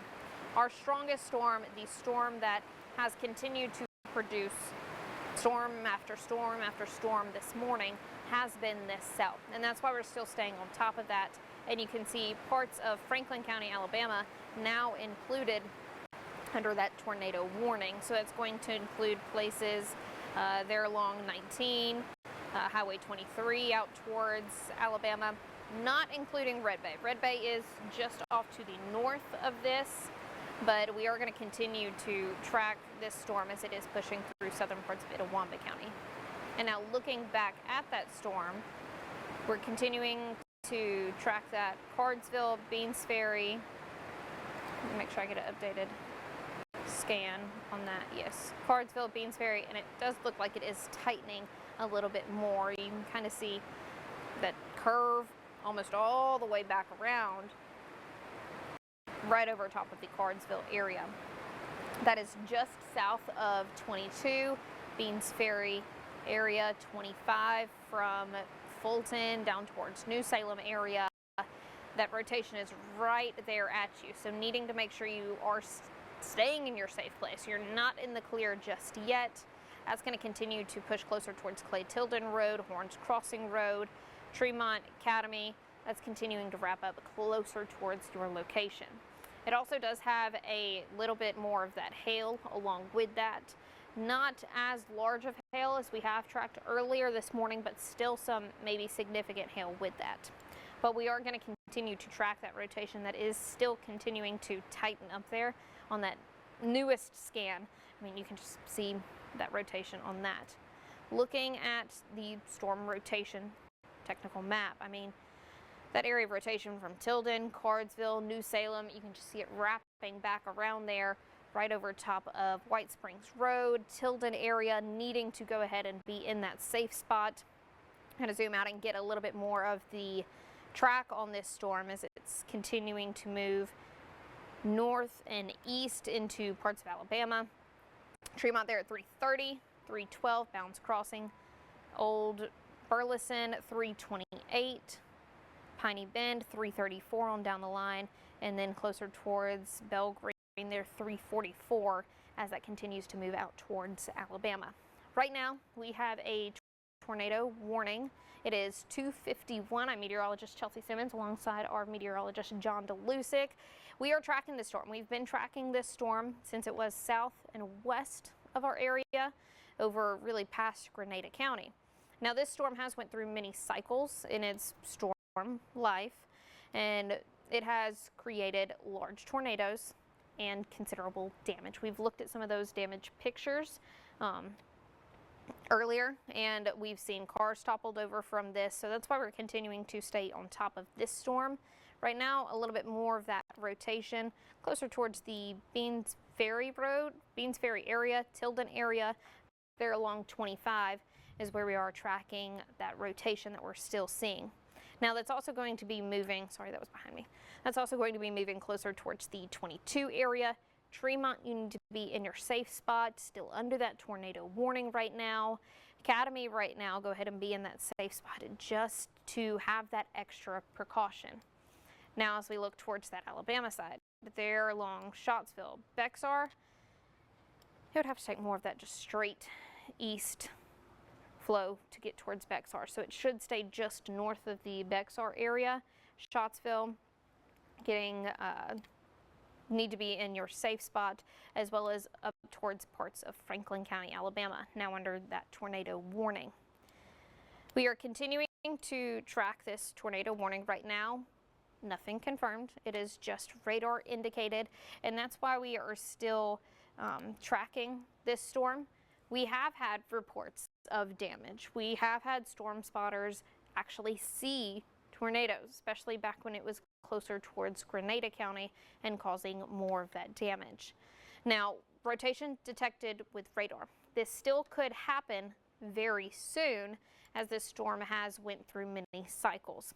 And that's why we're still needing to stay aware and in your safe spot if you are in places Tremont, back over towards Academy, Scottsville, Bexar, staying ahead of this storm and needing to be in that safe location. Now, some unsafe location, that is going to be cars, trucks, mobile homes, large open rooms, upper floors, rooms with windows. You can scan that QR code there. It should take you to a list of storm shelters. There's also a list on our website, WTVA.com, county by county, and some of those have updated as we've gotten those updated yesterday and the past couple of days preparing for this severe weather. Now, you want to find a sturdy structure on the middle of your home, lowest floor, if you do not have an actual storm shelter that you're going to. You want to wrap up in pillows, blankets, a helmet if you have one to protect you from any type of flying debris with these storms. Find a small windowless room. So a bathroom, a good option. A small closet, maybe a good option under the stairs if you have that. And stay there until given the all clear. Now, for places northern Monroe County, earlier you were included under that tornado warning. That has been tagged out. So now just Itawamba County and then out towards Alabama under tornado warnings for our area. I'm going to clear this off, take a wider look at some of those storms because we're still tracking some heavier rain, severe thunderstorm warnings down towards places in Columbus. Closer towards Columbus, you can see forest there on the map with a lot of that heavier rain. There along 12, you can see some heavier rainfall. You look and see if there's any hail within this storm. Some small hail, mainly just wind potential with this storm as it's continuing to track through parts of Lowndes County, and then also seeing some rainfall pushed closer towards Macon, Louisville, but that rain to the south of there, we're not really seeing much of a severe weather impact with that just quite yet. Now, our main storm that we are continuing to track is going to be moving through parts of Itawamba County right now, that tornado warning that we've been talking about the past several hours. Now, this storm, once again, it has moved from places closer towards Greenwood, Grenada. It's pushed through Calhoun County and now into Itawamba County, and it still has that area of rotation there south of Fulton, just west of the Tremont area. So Tremont, needing to be in your safe spot. You can see that rotation kind of right along 22 there, as that is going to continue to track slightly north and east. So Scottsville, Bounds Crossing, maybe needing to be in your safe spot as that continues to track north. They're along 23. Anybody that lives there from Tremont north along 23 up towards Bounds Crossing, needing to go ahead and be in your safe spot. Looking at storm rotation, it does look a bit more messy than it did. It's not as visible as what it was earlier with that storm rotation. So hopefully it is starting to weaken once again. But I mean, looking at just the precipitation mode, we're still seeing that curve back around. So still looking at some rotation with this storm as it's going to continue to kind of push around the area. Now I'm going to look back at storm rotation once again and just make sure there's not anything that I am missing. Tremont, go ahead and be in your safe spot. Bounds Crossing, be in your safe spot. Even though we don't have anything confirmed right now or anything on the ground right now, needing to take that extra precaution as we do head through the overnight, because through the overnight and with a lot of rainfall, that does lead to less visibility. And one way that we are able to confirm these tornadoes is spotter viewing them or any kind of debris signature. And we do not have any debris signature right now that lines up with our rotation. You can see some blues there over Tremont, but zooming out, that's just some noise from our radar site in parts of Monroe County. So still looking at some area of rotation there along 22 through Itawamba County, just west of the Tremont area. Closer towards there along 171, also needing to be in your safe spot from Tremont over towards the Clay area, needing to be in your safe spot. And then also on that Alabama side, parts of Marion County, Franklin County, yes, under a tornado warning. That extends until 3:45 for your morning in parts of Franklin County, Alabama. I'm trying to get that Marion County, 3:45 for parts of Marion County as well. Now that does not include Red Bay under that tornado warning, but it does include places just south of there. You can see Hodges, Hackleburg, both included under a tornado warning for this storm that's going to continue to track out towards the Alabama area. Still just to the north and west of the Tremont area. Bounds crossing, go ahead and be in that safe location because it is tracking more northeast as that moves through eastern parts of Itawamba County. Now, Itawamba County, the only Mississippi county on that Mississippi side under a tornado warning right now. I'm kind of zooming out, make sure we're not missing anything as some of those storms off to our south, still to that severe thunderstorm level, but the only tornado warnings that we are tracking is along with this storm right here moving through Itawamba County and then out towards Alabama. Now I want to look back at some of the storm rotation. Right now, closer towards Tremont is where we can see that on that precipitation mode, that kind of curve back. Now, looking at storm rotation, there's still a little bit of rotation. It's much more broad. It's not quite as tight of rotation as what we were tracking earlier.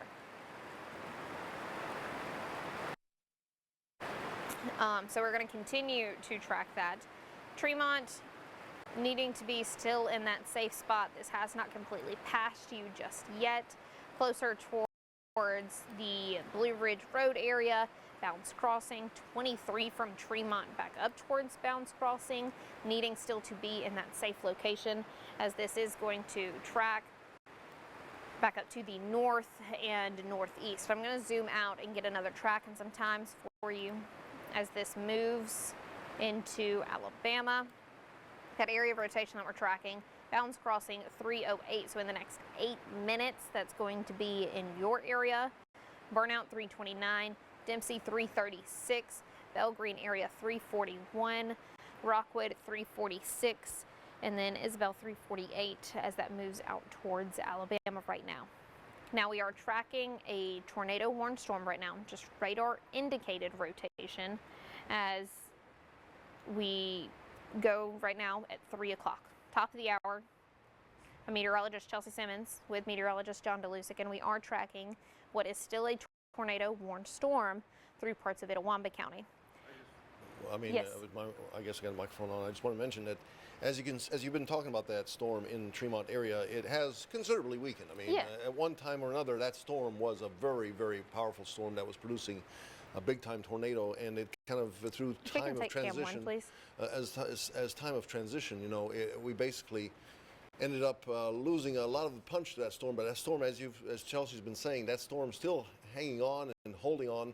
But I'm starting to also, I'm just going to see your opinion. You see the stuff in southern Lee County, that's starting to intensify. Looking at the hail, it's starting to get a little bit more intense. Maybe there's a little transitions trying to go on there too. We may need to watch out for that. I would venture to guess the way things are looking.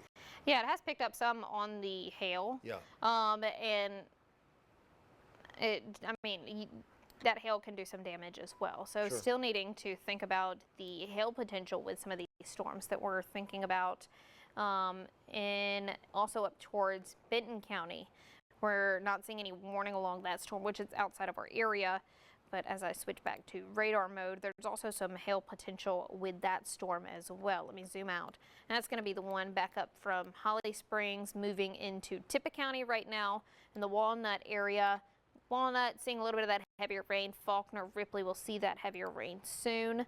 Looking at that, some hail Ashland up towards Brody, but not seeing any kind of rotation along with that, and we don't have a severe thunderstorm along with that as well. So that wind potential isn't as great. It's still breezy out there for some of those individual cells, but we're not looking as severe for that area.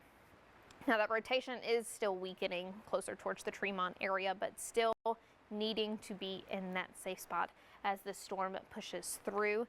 It is north of Tremont, just west of 23, just south of Bounds Crossing. So Bounds Crossing, still take that extra precaution, be in that safe location. It looks like we have had some more reports, or people behind the scene checking on those for us. But a report from Chickasaw County EMA Director Linda Griffith, trees down on the road, no structure damage reported so far. Her crew is out looking, thankfully no structure damage. And then Craig Ford just sent something from Grenada County Sheriff's Office. Grenada City Auditorium is open for shelter that anybody has been displaced by the weather event that just occurred. We are still working in Elliot and Gore Spring. So that's some of that damage that we were looking at earlier through the overnight, that the same system has caused damage through parts of Grenada County. And looking at some of those pictures and videos, it does look like some of that could be some significant damage. So we'll keep those folks there in mind, especially through the overnight, as this system, while some places may see calmer weather overnight, we have more storms tomorrow expected. And looking really back out to our west right now, not much, but off to our south, we're still looking at a few severe thunderstorms. That severe thunderstorm warning in Columbus goes until 3:30. That's probably because of that hail potential, and then some breezy conditions along with that. Earlier, there was a little bit of small hail there closer towards the Lowndes County area. It doesn't look like there's quite so much of that right now through Columbus and also out towards parts of Pickens, Lamar County, Alabama. Breezy conditions, though, still could be expected with this storm as it moves from Pickens, Lamar County, Alabama.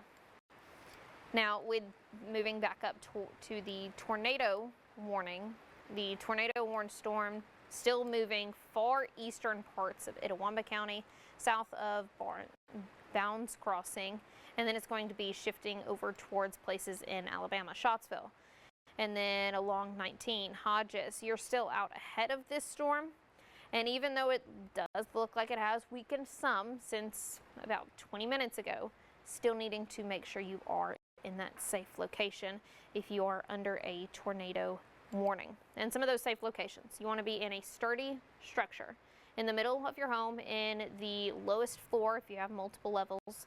Find a small windowless room. So a bathroom is a good option for many folks. A closet, maybe a small hallway.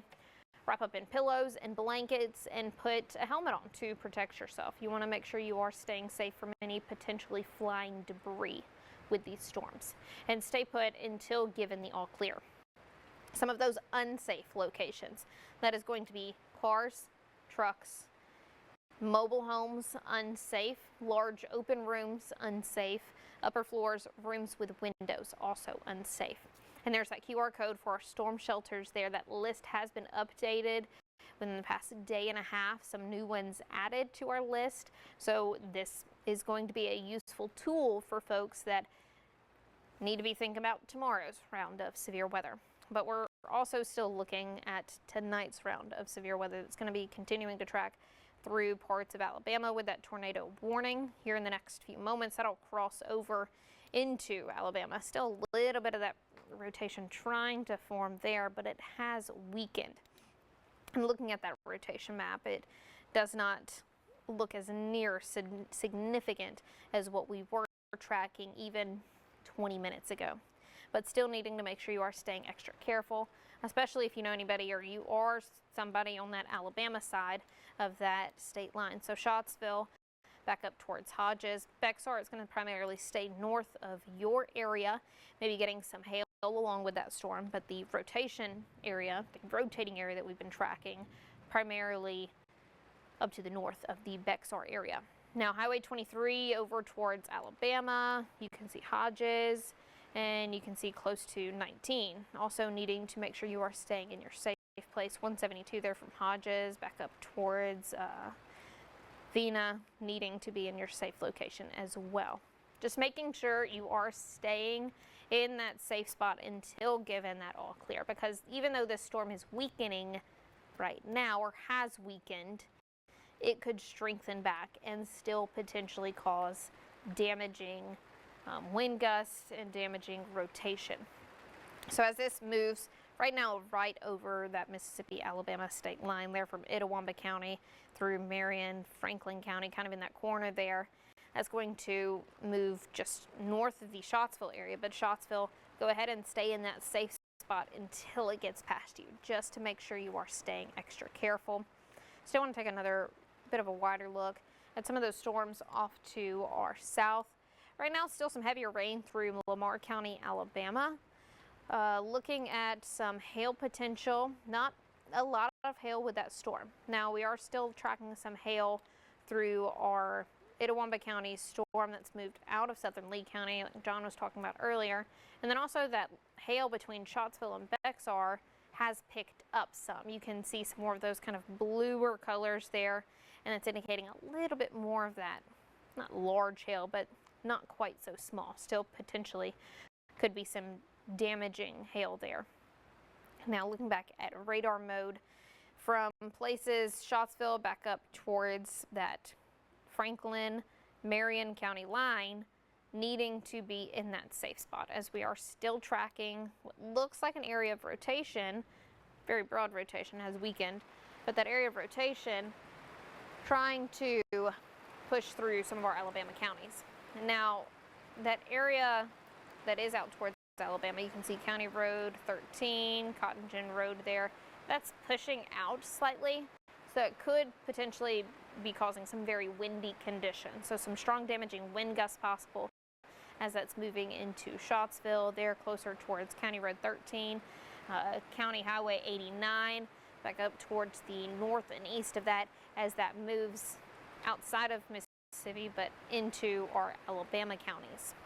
Now, the tornado warning that is in effect for places in Itawamba County goes until 3:15. As that moves out, the National Weather Service in Memphis may cancel that tornado warning a little bit early, or they may just allow that to expire in the next 5 minutes. But right now, you can hear that heavier rain picking up over our studio right now. So looking at that, it just looks like it is that heavier rainfall. We're not seeing anything severe close to the Tupelo area. Thankfully, we haven't seen a lot of severe weather through the Tupelo area through the overnight, but we're still tracking some of those potentially strong damaging wind gusts with this storm that is now moving closer towards the Scottsville area.